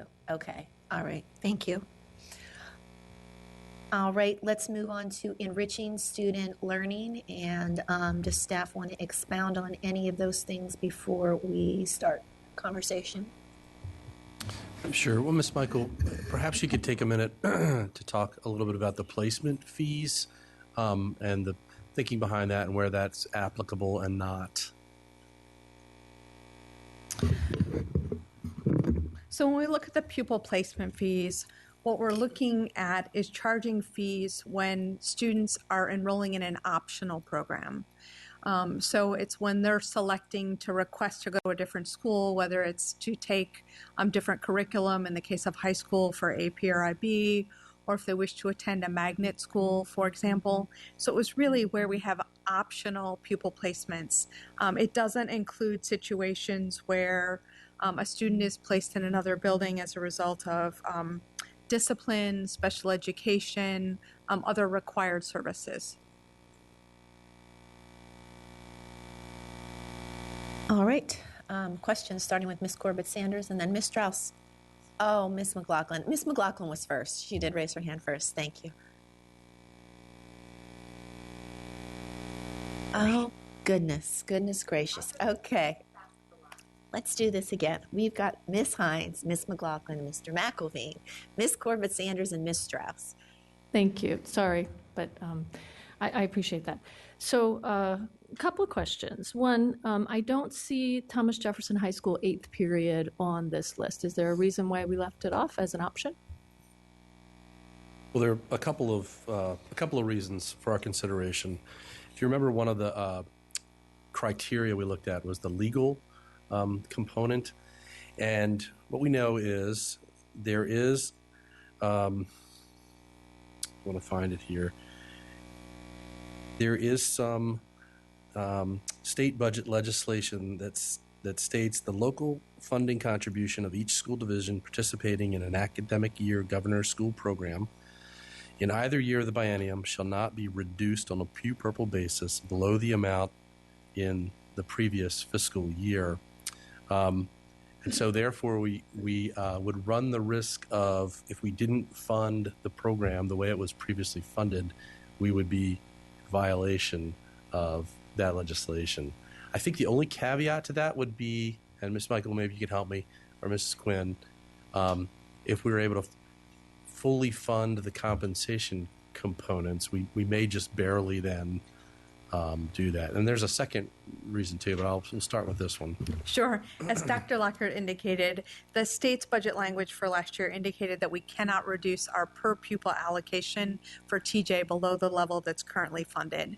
So when we calculate that, looking potentially at eliminating the 8th period day, if in FY18 we were to fully fund all of the salary increases included in the advertised budget, as well as the benefit cost increases, we do think that potentially that 8th period could be eliminated and we would just make that per pupil allocation consistent. But in the event that any of those salary increases are not fully funded, it's likely that we'll fall below that threshold, so we couldn't fully eliminate that 8th period. Then the other clarifying point I would make regarding this potential reduction is when we had looked at the amount on the budget task force list from before, it included every place we have a teacher who's on an extended day contract. So when we look at TJ, we have to look at when we have teachers that are on that extra 8th period, we are billing all of the other jurisdictions for that additional cost.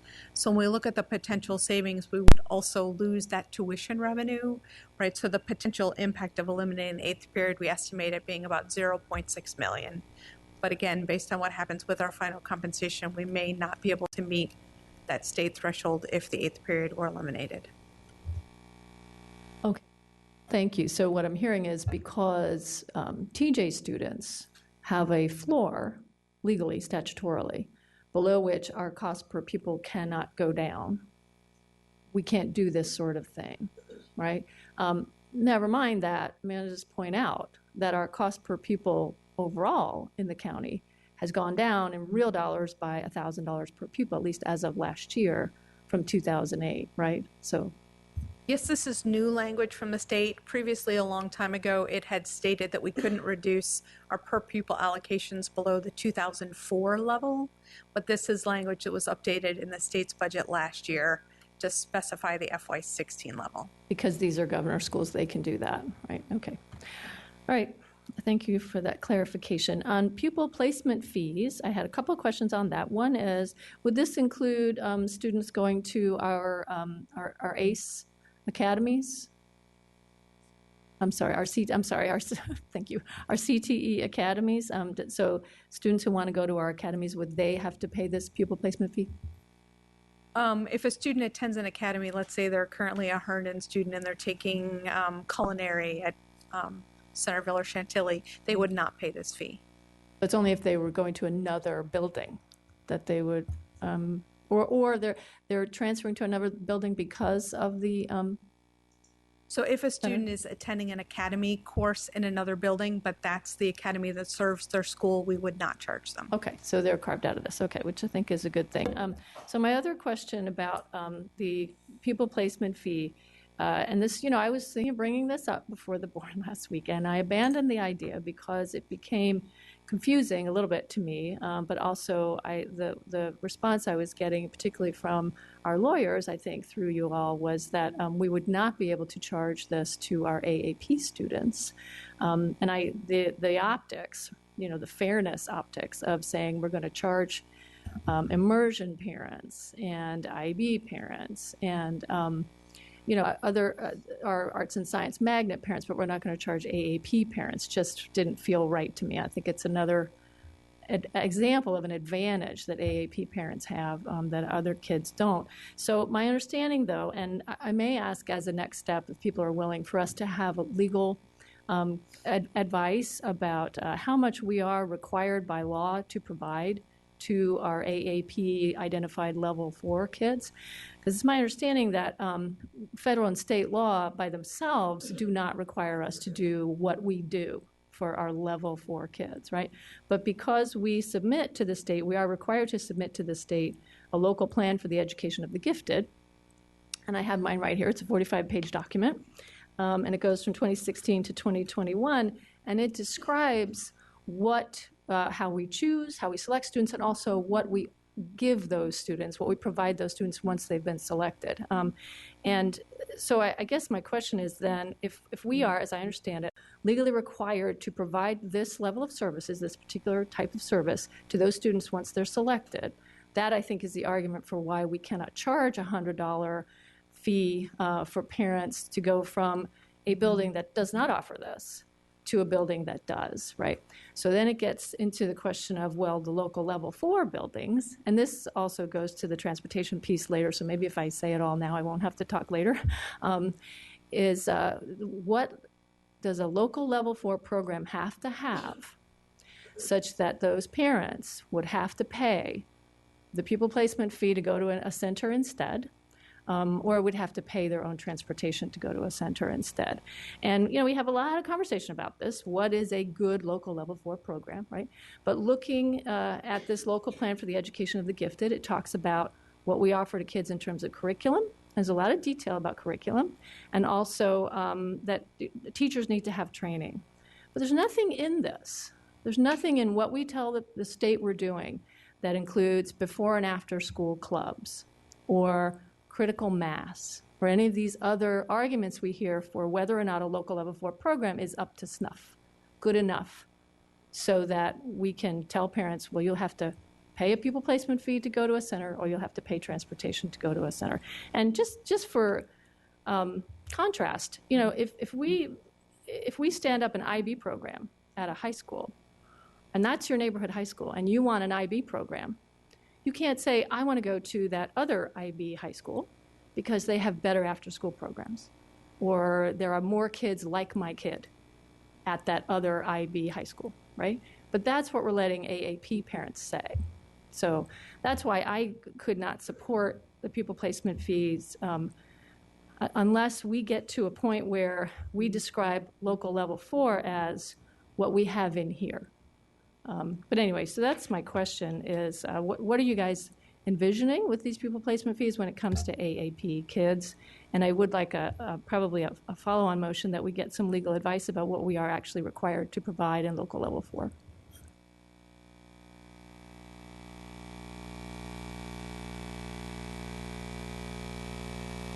All right. Ms. McLaughlin. Question and then a comment. The band and strings programs will begin in fifth grade for cost savings of $2.8 million and potentially 35 positions. I don't recall having heard the explanation as to why strings currently in our school system starts at the fourth grade and band starts at the fifth grade. And so this line item is telling me that they would, starting next fall, the proposal would be that they would both begin at the fifth grade level instead.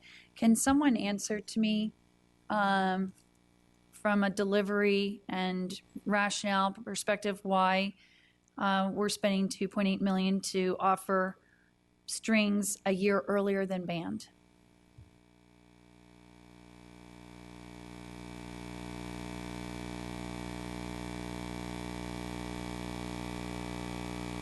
Dr. All right, Presidio. good morning, everyone. I am hiding in the back if there are any other instructional questions that I could help you with answers this morning.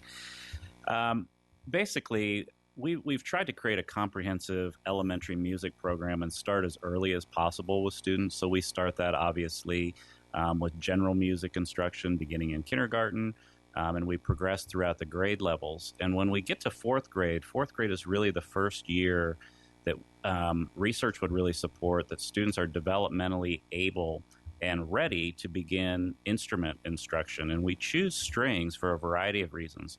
One, the instruments actually, for those of us that may play instruments, know that strings instruments actually can be sized and are smaller and can be sized where many band instruments can actually not be sized and are not smaller.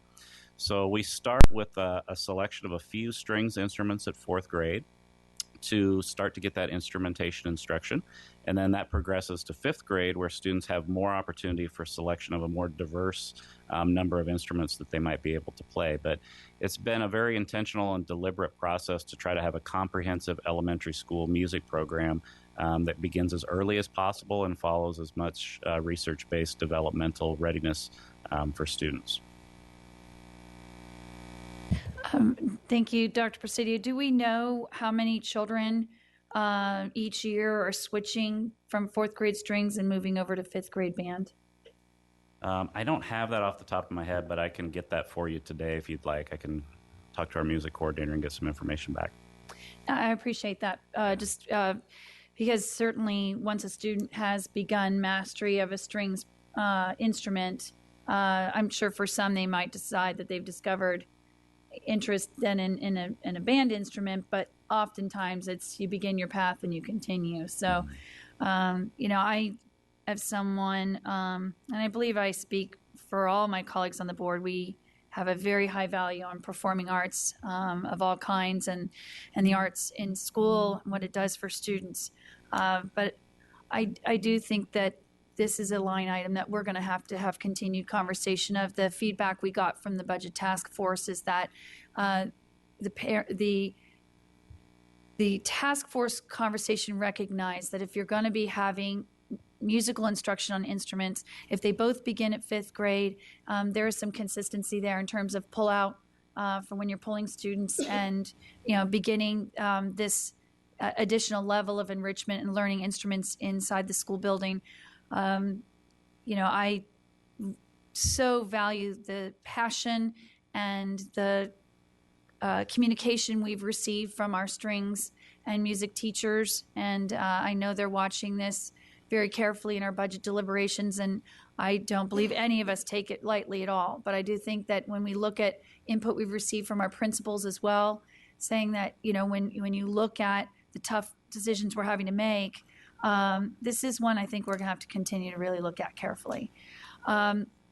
In terms of the pupil placement fee, I really appreciate Ms. Hines really generating important conversations for the last several months, really, of looking at the pupil placement fees. And it was surprising when we realized that, this had to stay strictly to any administrative costs. And so, that kind of constrained what we could be looking at in terms of financial impact for the system.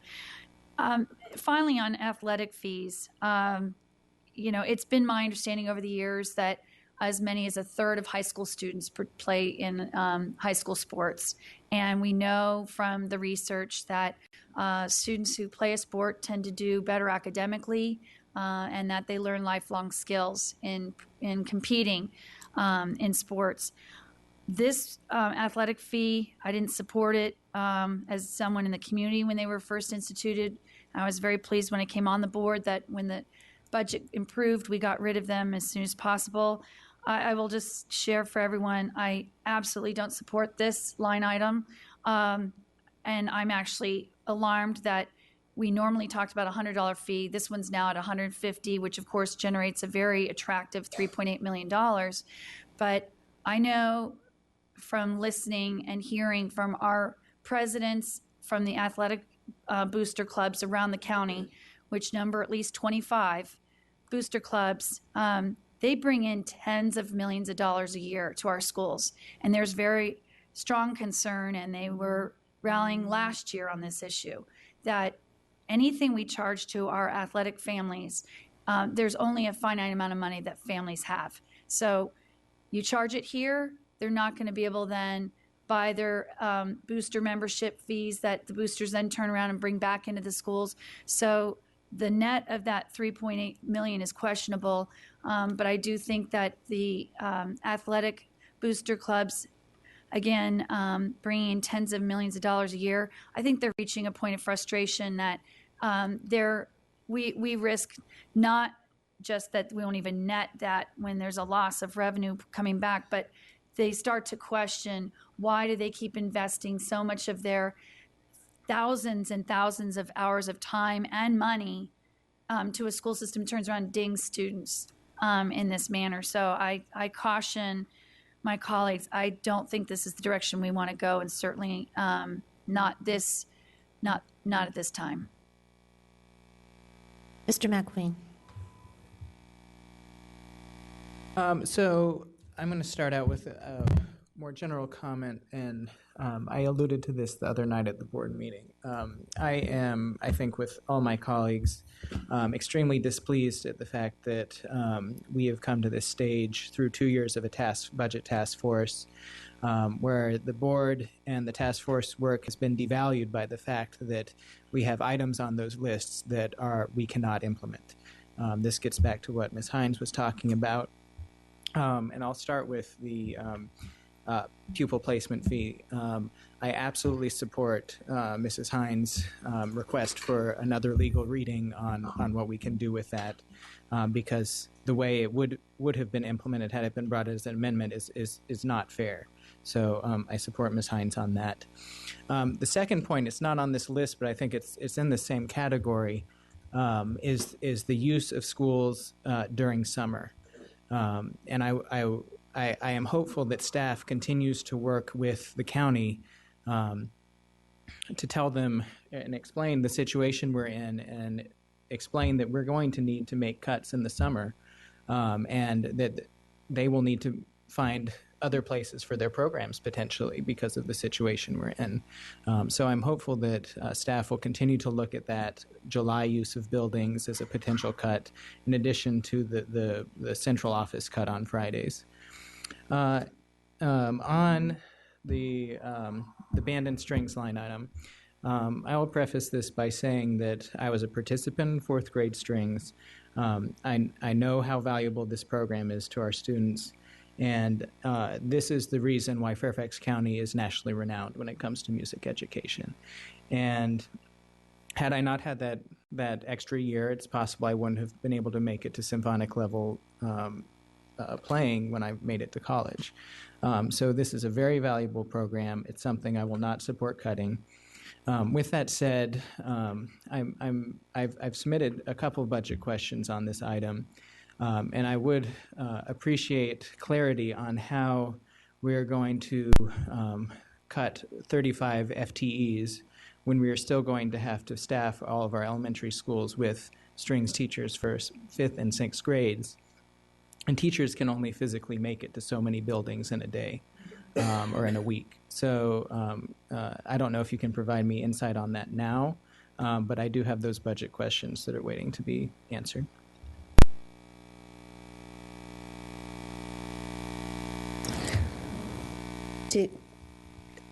You're still compounding the answer to that one?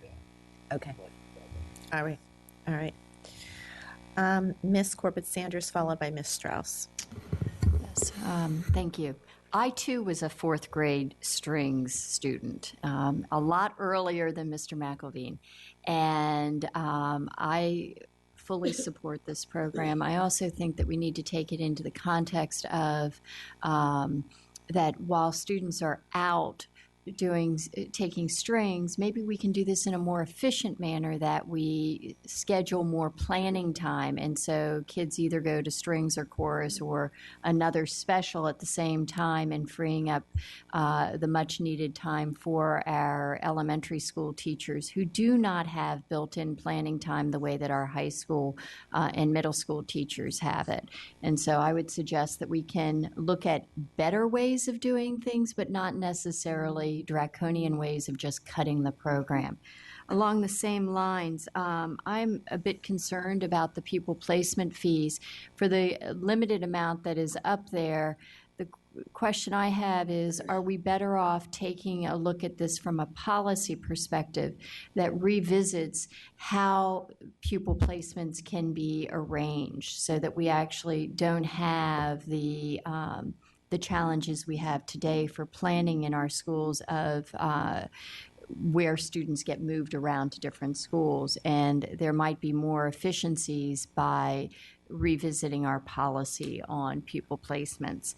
And then I have a question regarding the arguments regarding preserving TJ as it is, and that there's limited opportunities to cut any sort of programming or funding or existing status quo at TJ, but we can cut at every other school in this county. There's a problem with that. In the same way, following along the lines of the difference between local level 4s and AAP centers, there's a significant difference between what is available to students who are at TJ as a governor's school versus students that take advantage of governor's academies, which we have a couple of in the system. And so I would like to understand a little bit more, because from what I can tell, TJ students, the funding allows for every student in the county gets $34.85 for textbooks and supplies, but at TJ it's $57.35. For high school computer software and technology, it's $2.10 at all of our high schools and $13 per pupil at TJ. We have a staffing ratio that is different, 152.5 students to teacher at every one of our high schools, 143.4 for TJ. So, we can't continue only cutting programs and services to one set of our population. We have to look at this holistically. We have to be equitable. Our 4 full-time office, we have 16 or 15 lab technicians at TJ that no other school has, and we have 2.7 additional chair positions. It's a world-class program. It is a wonderful program. It is one that is signature to Fairfax County, as is our band and strings program signature to Fairfax County, as are our AAP centers. And so when we talk about cutting, we have to be equitable and share the challenges across the system. And so I would like to understand better how we can justify as a board that everything is sacrosanct in one program and every other program in the county is open for modifications. Ms. Strauss, followed by Ms. Palchik. Okay. Again, I appreciate our ability to go through each one of these and ask questions. This is very important. So thank you for scheduling it that way. I don't like any of these either, but let me provide a little bit of background. One, in the TJ fee and supplement. Okay, you were going to speak. Yeah, I just wanted to make sure, when we look at all of the budget reductions on the sheet, class size, instructional materials, Thomas Jefferson is included in all of those other reductions. So historically, as we've done in the past, when we've made a reduction that's impacted class size, instructional materials, we have included TJ. So both of those calculations on the sheet did include them. But according to the comment earlier, we cannot cut per pupil funding. So if you are changing class size, you're cutting per pupil funding. So if you're allowed to do it a little bit, then it seems that that logic applies across the board. So we're increasing funding to Thomas Jefferson next year as a result of the salary increases. So because of the salary increases, our per pupil expenditures will go up. So therefore, we believe that we'll meet the requirement even after we make the reductions to class size and instructional materials. We just knew that we couldn't do class size instructional materials and eliminate the 8th period, because then we'll fall below that threshold. Okay, can I go on? Then can I suggest that anything that Ms. Sanders, just to finish, Go ahead quickly, please. because this was my question. If that's the case, then we need to actually put that in any written materials, because the question I get repeatedly is, why are we pouring all this money into one program and cutting elsewhere? Okay, my turn. All right, a little background on the TJ issue. When Dr. Domenech was superintendent here, we lobbied the state hard to get additional per pupil money for TJ, because the governor's schools throughout the state, where the state money that goes to a governor's school, in the other programs, it covered basically a larger number of the student bodies in those governor schools. And at TJ, it covered only a portion, because Jefferson is actually a very large governor school. So once we were able to get the state to recognize the responsibility toward giving us the supplement for more and more of our teacher students, because I think it's been increased now 2 or 3 times, where they have over the years increased the number of students, and I think we are now up to, they recognize the full student body. The General Assembly at the same time, because initially when we began lobbying for that, there was kind of an unstated that we would supplant, that if we got more state funding, we could pull back on local funding. Well, the General Assembly, in their discussion, this is where the code was changed. So if Fairfax County was going to get a greater recognition of the size of our student body, we could not use that to supplant, because there was a concern that the program itself, as it is defined as a governor's school, would be changed. So that is where, that's the history of how that came to be, whether we like it or not. The General Assembly was insistent that the stated program, that it had remained the same, which is the labs, which is the whole ball of wax. So that's where that one came from. I am sorry to see any of these fees, athletic fees. Those are tough. Yes, our parents already pay and raise well over 50% of all of these activities. The pupil placement, I'm interested to see how far we can go with that. I think we're just going to have to charge fees where we can. Good old 4th grade strings has been on the cut list every time we've had cuts. I don't want to cut it. Learning a stringed instrument is more difficult.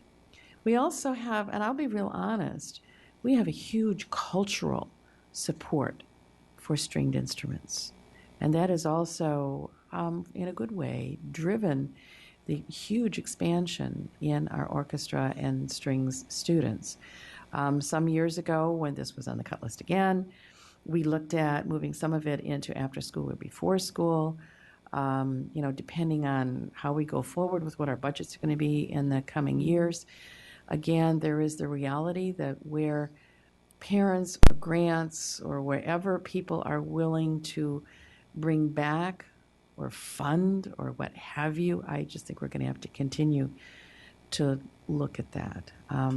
for better or for worse, parents in the community. We lost the meals tax, and those who supported it said they're willing to pay more in order to keep us whole. And I hate to do that when I look at other states and I look at other programs where states or local schools have lost valuable programs. They've increased fees, they've increased everything else, and sometimes they still lose, which is really, really sad. But this is tough. The summer school issue, part of that, again, we're looking at community use fees. If there are programs that are not ours, but other organizations, including the county, to continue with THAC, to continue with RecPac and all the rest of that, because they use our schools, it may be increased fees. A number of our schools and PTAs run wonderful summer programs for a fee. And again, I think in cases where we have generous parents, encourage them to raise enough money to offer scholarships, because almost every elementary school has a certain part of their student population where summer fees of any sort are tough. So, as much as we wish we weren't asking parents to do more heavy lifting, I think that's going to come with this. So, and again, sort of a piece of history, probably 10 years ago, I think when Alan Lease was still here, we, as a badge of success, we offered summer school at the elementary level in every single elementary school, and enabled us to have classroom teachers who knew the children, to put together instructional packages. It was wonderful. And because it meant that there was no lost summer learning for our highest needs kids. It worked. It was your neighborhood school. You could walk to it. And those relationships continued. And that was one of the things that we lost fairly early on as we sort of had downward spiral in funding. And that's really, really too bad. And I remember talking to the community, and people were concerned about the other reductions and class size and all the rest of that. But I thinking for the kids who need summer school the most and need year-round schooling, those kids paid a huge price, and they continue to pay a huge price for our problems. One issue with Title I.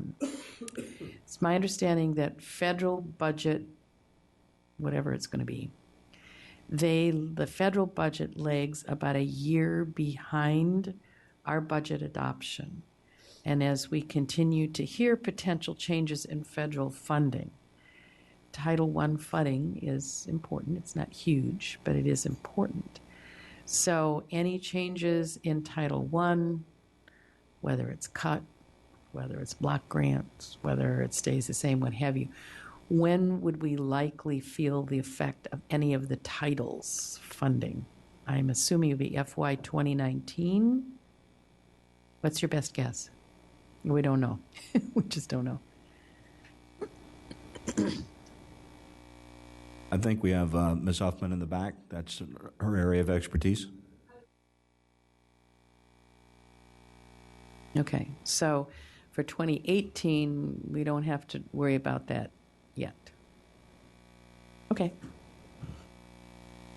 I would add, we've always used Title I funding as supplemental. So Right. as that funding adjusts when it goes down, right, we just recognize that decrease and make that reduction. But it means that if we lose Title I, we lose whatever it funds. And if we supplant, if it ever comes back, then we have to continue to supplant. I mean, that was where Head Start funding is difficult. That's how FCPS was born in the first place. So that becomes very difficult. And then I guess my other technical question, again, where we have generous schools, generous parents who will raise scholarship money and be able to keep going, maybe a program that is not ours totally, but like a summer school program in a local school. That is maybe run by the PTA, because we do have those. Would that ever get tangled up with Title I in high-need schools? Could we always define those as a whole different animal, so that if we can continue to help our neediest kids where we can, and if we lose, if Title I funding goes up and down or what have you, can we categorize those programs as different? Because we don't use Title I funding for those programs now, but there are scholarship opportunities that local schools will sometimes offer. Right, I think what you're referring to is if a PTA is running Yes. some type of an enrichment activity, Absolutely. whether they're doing a That's language right. class on a Yes, because Saturday. I have schools that do that, and they offer scholarships for their neediest kids. So they can continue to do that, and we can at least be grateful. All right, thank you.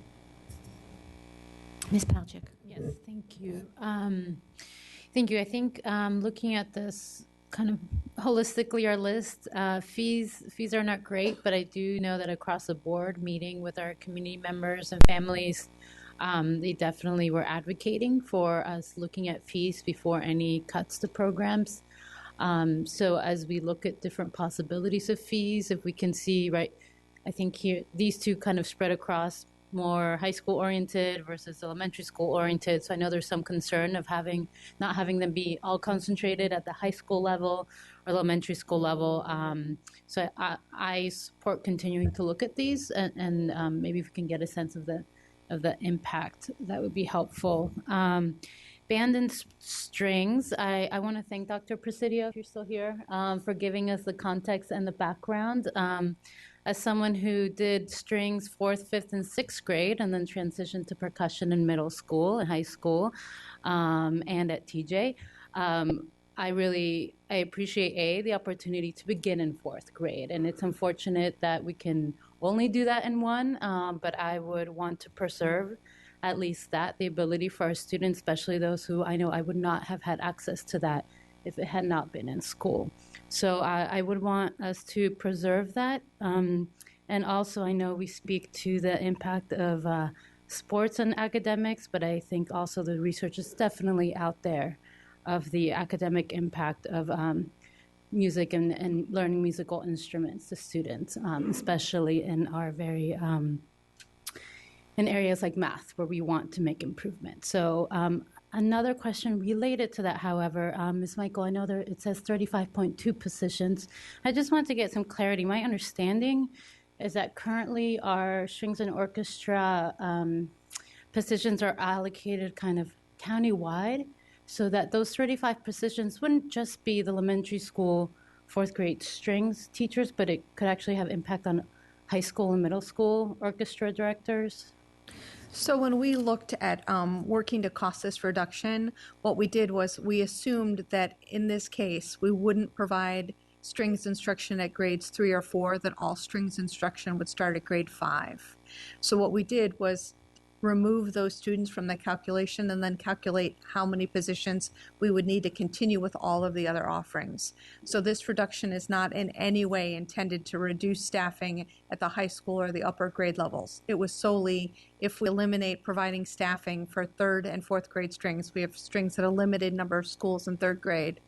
I understand that. I guess what I'm wondering, and I've just heard from the community, so wanted to hear from you, the way we staff orchestra. So let's say those positions were lost.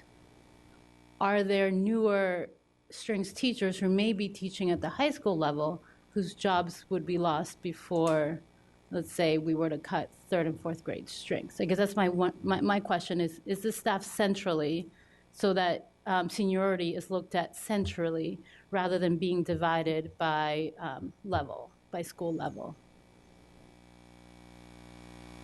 So when we look at staffing for band and strings, you're correct that staffing is allocated to our instructional services department, who works to allocate those positions out to schools. In terms of seniority, and if we were to eliminate these positions, our Department of Human Resources would look at everyone's licensure that they have, right? And they would work through making the reduction based on seniority, but also dependent on people's licensure. So it could affect middle school and high school strings and orchestra teachers, I guess is my question. It could. I'll give you a practical example from my principal experience, right? So when I was a principal at Rocky Run, they had a great strings program. The director for strings also served some of the surrounding feeder elementary schools. As that program grew, then we were able to put on a full-time position at the middle school. So if we do cut some positions, would there be an impact? It could have an impact, right, on how that person's position is divided up to serve the whole. Okay, that's an additional impact, I think, as well, right? So both positions being allocated and actual staff and where they are. Okay, thank you. And finally, summer school. I know I've heard from many of my principals who used to have the summer school program and just how hard it is to have lost that. I know some tried, speaking of Title I, tried to sometimes allocate Title I funds to continue summer school programs. I know that's become more and more challenging when they are also needing to use them for additional things we've cut and teacher development. Finally, my other question was about TJ, and I was thinking of maybe asking this as a budget question.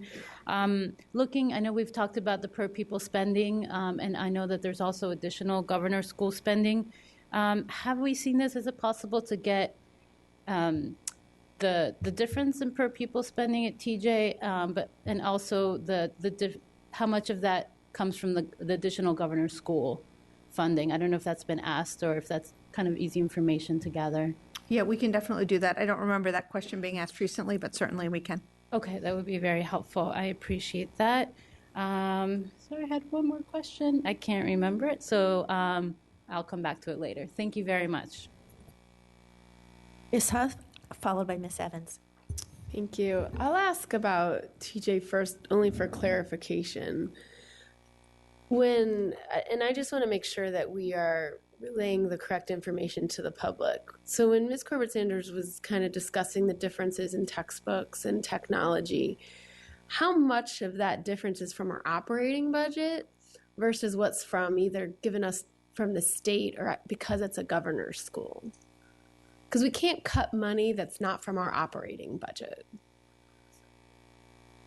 That's okay. So I didn't understand it that. Okay, because I just think that's an important piece of the conversation. All right.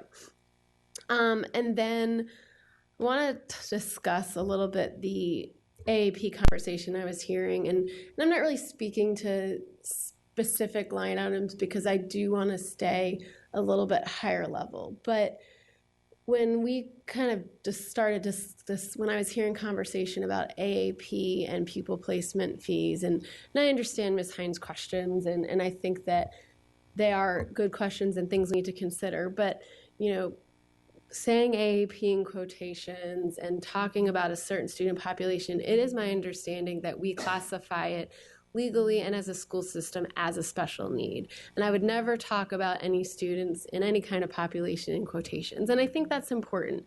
And everything I've heard from the budget task force and that I hear from the community is maybe we need to talk about the program, but I'm not sure we're talking about it correctly. And I'm not sure I'm comfortable with all of the increase in local level floors, losing transportation to the centers, when the main thing I've heard most is the growth in the program itself. And is that something we need to look at from a policy and a board perspective? And would that take care of some of these other issues we're seeing in terms of price of transportation to the AAP centers, the number of students, and maybe then we can really look at what is the special need, are we meeting it well, and do we need to look at that creep and increase of population there? So I would be open to having that conversation as a board, again, leaving it at that policy level. And that's what I wanted to add to that conversation. And then I wanted to bring it to, I was looking at the budget task force comments a little bit in these areas in terms of AAP and language immersion. And one of the things I heard a speaker say to us, and I really appreciated it, it was someone supporting language immersion, and they mentioned how their school was starting to bucket a little bit more of the upper level elementary school classes to improve their own efficiency in their own building, because many students were leaving for the AAP and not staying for language immersion, so they had lower numbers at the higher levels. Is those kinds of conversations that I hope we hear a little bit more again from staff, maybe even pushing some more of the other schools to do creative staffing in such a way that doesn't hurt our students and maybe save some of these important programs. And then to the summer school conversation, I'm not as well versed in specifically what we offer in each of the schools and over the summer in operations, but I do want to say that I hope that as we talk about this and potential elimination, that we are talking about an increase of working with Jane Lipp's office and Jay Gurant and volunteer nonprofits that offer excellent partnerships with our schools and our students over the summer, students helping students. And I know that there's a couple programs I've been presented to that have presented to me, and they've seemed excellent, and I've been able to hook up with Jane Lipp's office, and they've been very communicative, and I hope that we can do more of that. Thank you. Ms. Evans, but before you go, I just want to tell you what I plan to do. I have several go-backs now, so I'll let Ms. Evans speak, Mr. Moon, and then myself, and then we'll take a 5-minute break, and then we'll have the 5 go-backs that we have for this section. All right, so Ms. Evans, followed by Mr. Moon. So I just wanted to point out that Matt Haley sent us something before in connection with this about the nuances from the budget task force, and I very much appreciate that. I hope everyone had an opportunity to look at it because it's quite instructive. Since we're on this section now, I was very surprised to see the piece about orchestra and band. I'm just going to read briefly from this. Every elementary teacher and principal was strongly against the starting of orchestra a year earlier than band, and most were against the early start for either. Suggestions were to make the start of band synchronous with orchestra by delaying orchestra or delaying both to 6th grade. The negative impact on students of pulling some students is being ignored. Music education was thought to provide benefits, but children would get the same benefits from band as they would from orchestra, and the current disruptive approach exists to extend a program for historical reasons, not student enhancement reasons. As I say, I was surprised to hear that coming from the budget task force because it is different than what we're hearing from parents. But I would ask Dr. Lockhart or members of his team if, in fact, they are hearing the same thing from elementary school teachers and principals about this. I can tell you we hear a mix of responses. It depends on who you ask. We've certainly heard from our parent community, and that's been evidenced by the large turnout at our budget public hearings. But we also have tried to take into consideration, our budget needs and what we feel like we can provide and need to provide, and balancing our budget. So, Ms. Evans, I can't tell you one way or the other. It's stronger one than the other. We've heard both sides of that. Okay. Well, apparently those on the budget task force felt that actually starting in 4th grade was not a great idea. So as I say, that was surprising to me. They also had some interesting things having to do with the TJ 8th period, where it appears they weren't actually suggesting or that what they were considering wasn't eliminating 8th period. It was sort of massaging the schedule to get more time out of the day so the 8th period could be incorporated. So I hope everyone has an opportunity to look at some of the ideas that they had in there that I'm not sure we've actually considered. When we talk about TJ 8th period, it's either, it's there or it's not there, as opposed to they considered some other options. So I guess I'm not going to, I will say on the pupil placement fee, I could support a pupil placement fee. I hope we consider that more. I think if parents are in fact choosing a different school, just when they're assigned to one and choosing a different one, I think that it's reasonable to have them pay the cost of the application. So I don't like athletic fees. None of us like any of this, but I do worry both with the athletic fees and with the APIB fees of students who, I know we've got the waiver for free and reduced lunch, but I still worry about students on whom this would be a burden. And most of the fees, when we talk about fees, most of them fall on high school students and parents. The pupil placement fee is the one that might be a little bit more widespread, but certainly at the athletic fees, the AP and IB fees, and it's at a time when high school parents are seeing significant other costs for being in high school. You know, high school can cost a significant amount of money, and they're looking at college application fees. So anyway, I'm reluctant to go in that direction. I will say that's not to say we might not have to do certain things we don't want to do. And that's about all I have to say at this point. All right, Mr. Moon. Difficult to follow, Madam Chair. Excuse me, could I ask just one more question? Ask. Is that all right? Okay. I want to follow up on what Mrs. Corbett-Sanders said about the staffing at TJ. Is that correct that we have lower staff ratios, student-to-teacher ratios at TJ than we do at other schools, at other high schools? Yes, she is correct. TJ has both a lower staffing formula, and they do receive the additional lab teachers that she noted. And the rationale behind that, is that required by the state, or is that law? Why do we have a lower ratio at that high school than at others? The state does provide us with additional funding. I don't believe they tell us exactly how we have to spend it, but as part of that reconciliation, we'll be able to show exactly how much additional funding we're getting from the state and where we're spending it. Okay. I mean, that when I first learned of that did seem unusual to me, that's where we would have lower ratios. Thank you, Mr. Moon, for your indulgence. Well, that's okay. You are Madam Chair. Thank you. You know, obviously, you know, many board members have questions regarding how additional state funding for the TJ is being used. And it looks like it could be a part of instructional, per pupil instructional material costs, including textbooks or staffing formula, different staffing formula, including, you know, that may go into providing additional lab technicians and et cetera. So, you know, having that additional information will be helpful, you know, for not just board members, but the community as well. Otherwise, there could be a lot of misunderstanding. So along the same line, I want to ask you about if you were to cut that 8th period, you know, from TJ, whether that's going to have an impact on our requirements to provide transportation.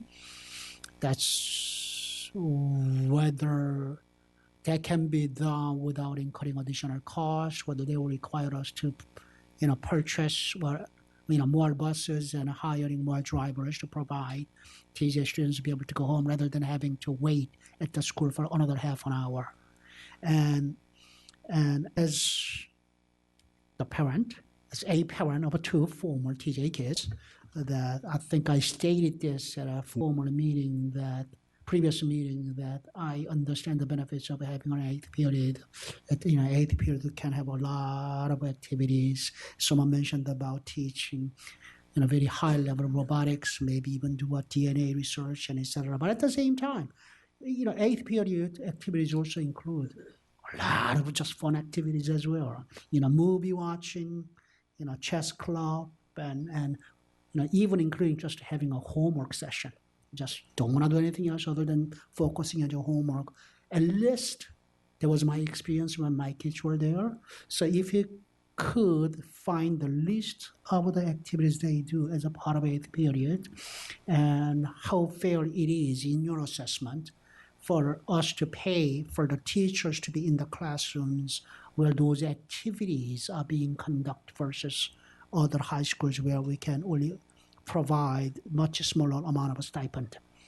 That will be helpful. And on these fees, athletic fees, pupil placement fees, I, as a one board member, as a one parent, would hate to see all these fees coming up because they add up. At the same time, now we are dealing with a budget gap. How to minimize the budget gap, which may have a significant impact upon our ability to provide the compensation enhancement to our teachers. Athletic fees of $150, that looks large to me. You could have a couple of kids at home, each playing a couple of sports, adds up, and they may be taking multiple AP, IB tests, pupil placed, so that all those things add up. So I would consider this what's on the table. At the same time, I would also consider a little moderation on the amount of fees. A pupil placement fees wouldn't include those who are applying to TJ, actually eventually go to TJ. I know TJ applicants do pay application fees, but not for actually, this pupil placement fee proposal does not include them actually going there, does it? So what we did in estimating this cost is we assumed that that pupil placement or application fee would be consistent across all of our programs. So for estimating this, we did increase that TJ fee to $100 as part of this calculated savings. I see. So that fee would what's be the same. Amount currently? It's currently $90, so it would be a $10 increase, so we had a consistent fee. All right. Band and strings. When I received the comments from Matt Haley, that I was quite surprised to read that. At the same time, I'm sure that probably represented the views, majority view of the task force. But at the same time, I'm not sure whether that's actually voted on by the task force to be shared with the board as representing the sentiment of the task force. But I was still, very surprised to see, to read what I read last night, that as every single principal was supportive of, doing away with the fourth grade strings and etc. But having said that, unlike Ms. Corbett-Sanders or Mr. McGovern, I did not grow up. I didn't have an opportunity to play a musical instrument when I grew up in Korea because simply we weren't, school system was not able to afford that kind of program. But a one particular musical instrument, which happened to be vocal cord, you didn't have to pay for the vocal cord to play. So that's the instrument I grew up playing with, and true, and became huskier too. Having said that, I know that both of my kids grew up playing musical instruments. A lot of students play from much younger age, and they get private lessons. And by delaying this opportunity further to later years, you are depriving. There will be a further widening gap between those who can afford to do it versus who are relying on public schools. Our school system provides such opportunities, and I would hate to see the gap to widen even further. Yeah, if I might, because I've heard this come up a couple of times, to clarify some of the thinkings that I believe are in principals' ears, and we do have some of them we can ask them. I think back to Ms. McLaughlin's reference to taking a macro level, I believe principals are looking at this saying, okay, in this year's budget, you have an increase of 1,400 kids. That's the basic size of a small high school or an extremely large middle school that's in the budget. You have a $104 million gap in your budget, of which what the superintendent has provided, there's still 25 plus million to go. I think the principals are looking at this saying, I don't think they want to cut their programs. I think they all agree that these are rich offerings for our community, but they're also being realistic about what it's going to take to meet this size gap. And when you do that, you have to come back and say, okay, it can't all be on compensation, right? That you're going to have to look at some of the program offerings that you have. In the past, we haven't done that. So I think that in the minds of principals is taking a bigger picture view to say, how do we actually get to that number? And that's unfortunate that we're here, but I wouldn't want it to come across that they aren't supportive of strings, because I don't believe that to be true. Armando, do you have anything to add to that?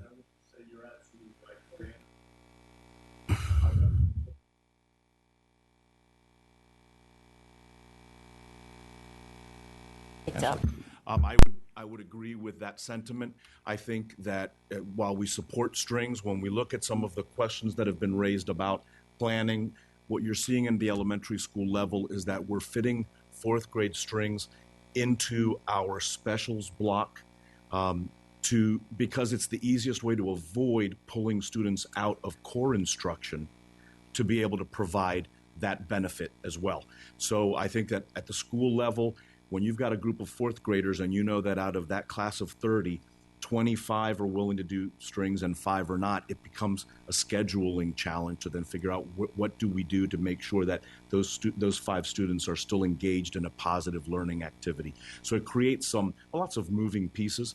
We certainly value it, but as you said, when it comes time to making very difficult choices, this is one that all principals consistently, I'm hearing, are willing to live with.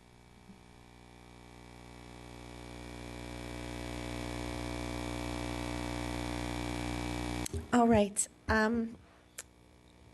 I'll try to be really quick because I know we all need a break. I'm going back to the nuances that Mr. Haley shared with us last night. When we talk about the TJ 8th period, one suggestion was that they had it that didn't come up.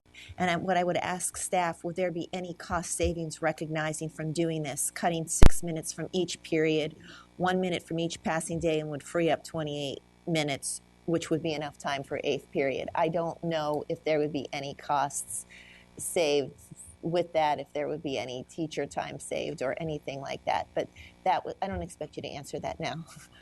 But that was one of the nuances that was out there.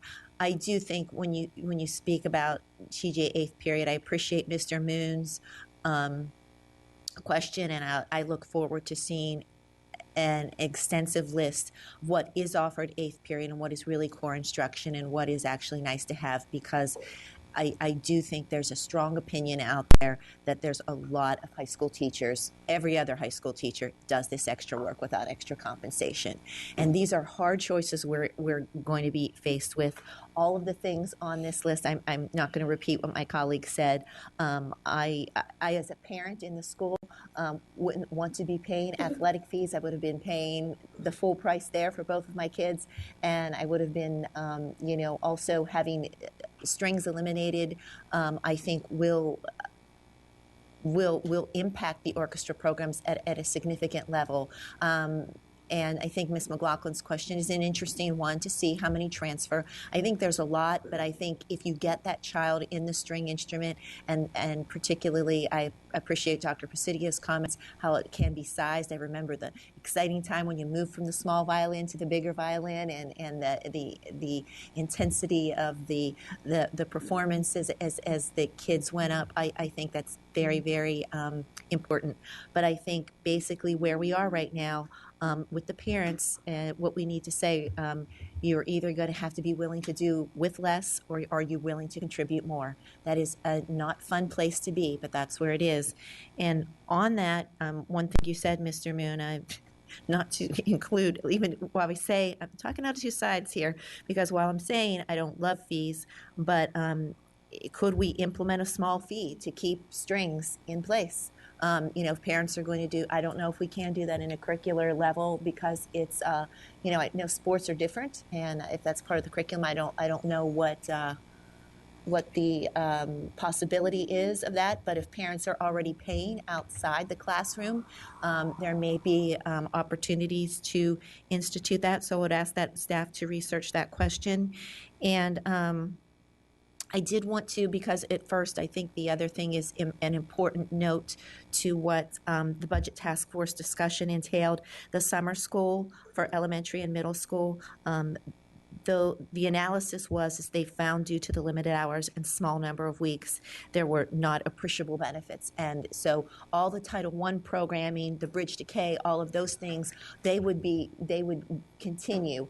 The Young Scholars, all of those things that are listed up there. But that one particular program, that because it was only 3 weeks and limited hours, they felt there were no appreciative gains to students' success, and that's why they recommended that. So I think that's important for the public to note.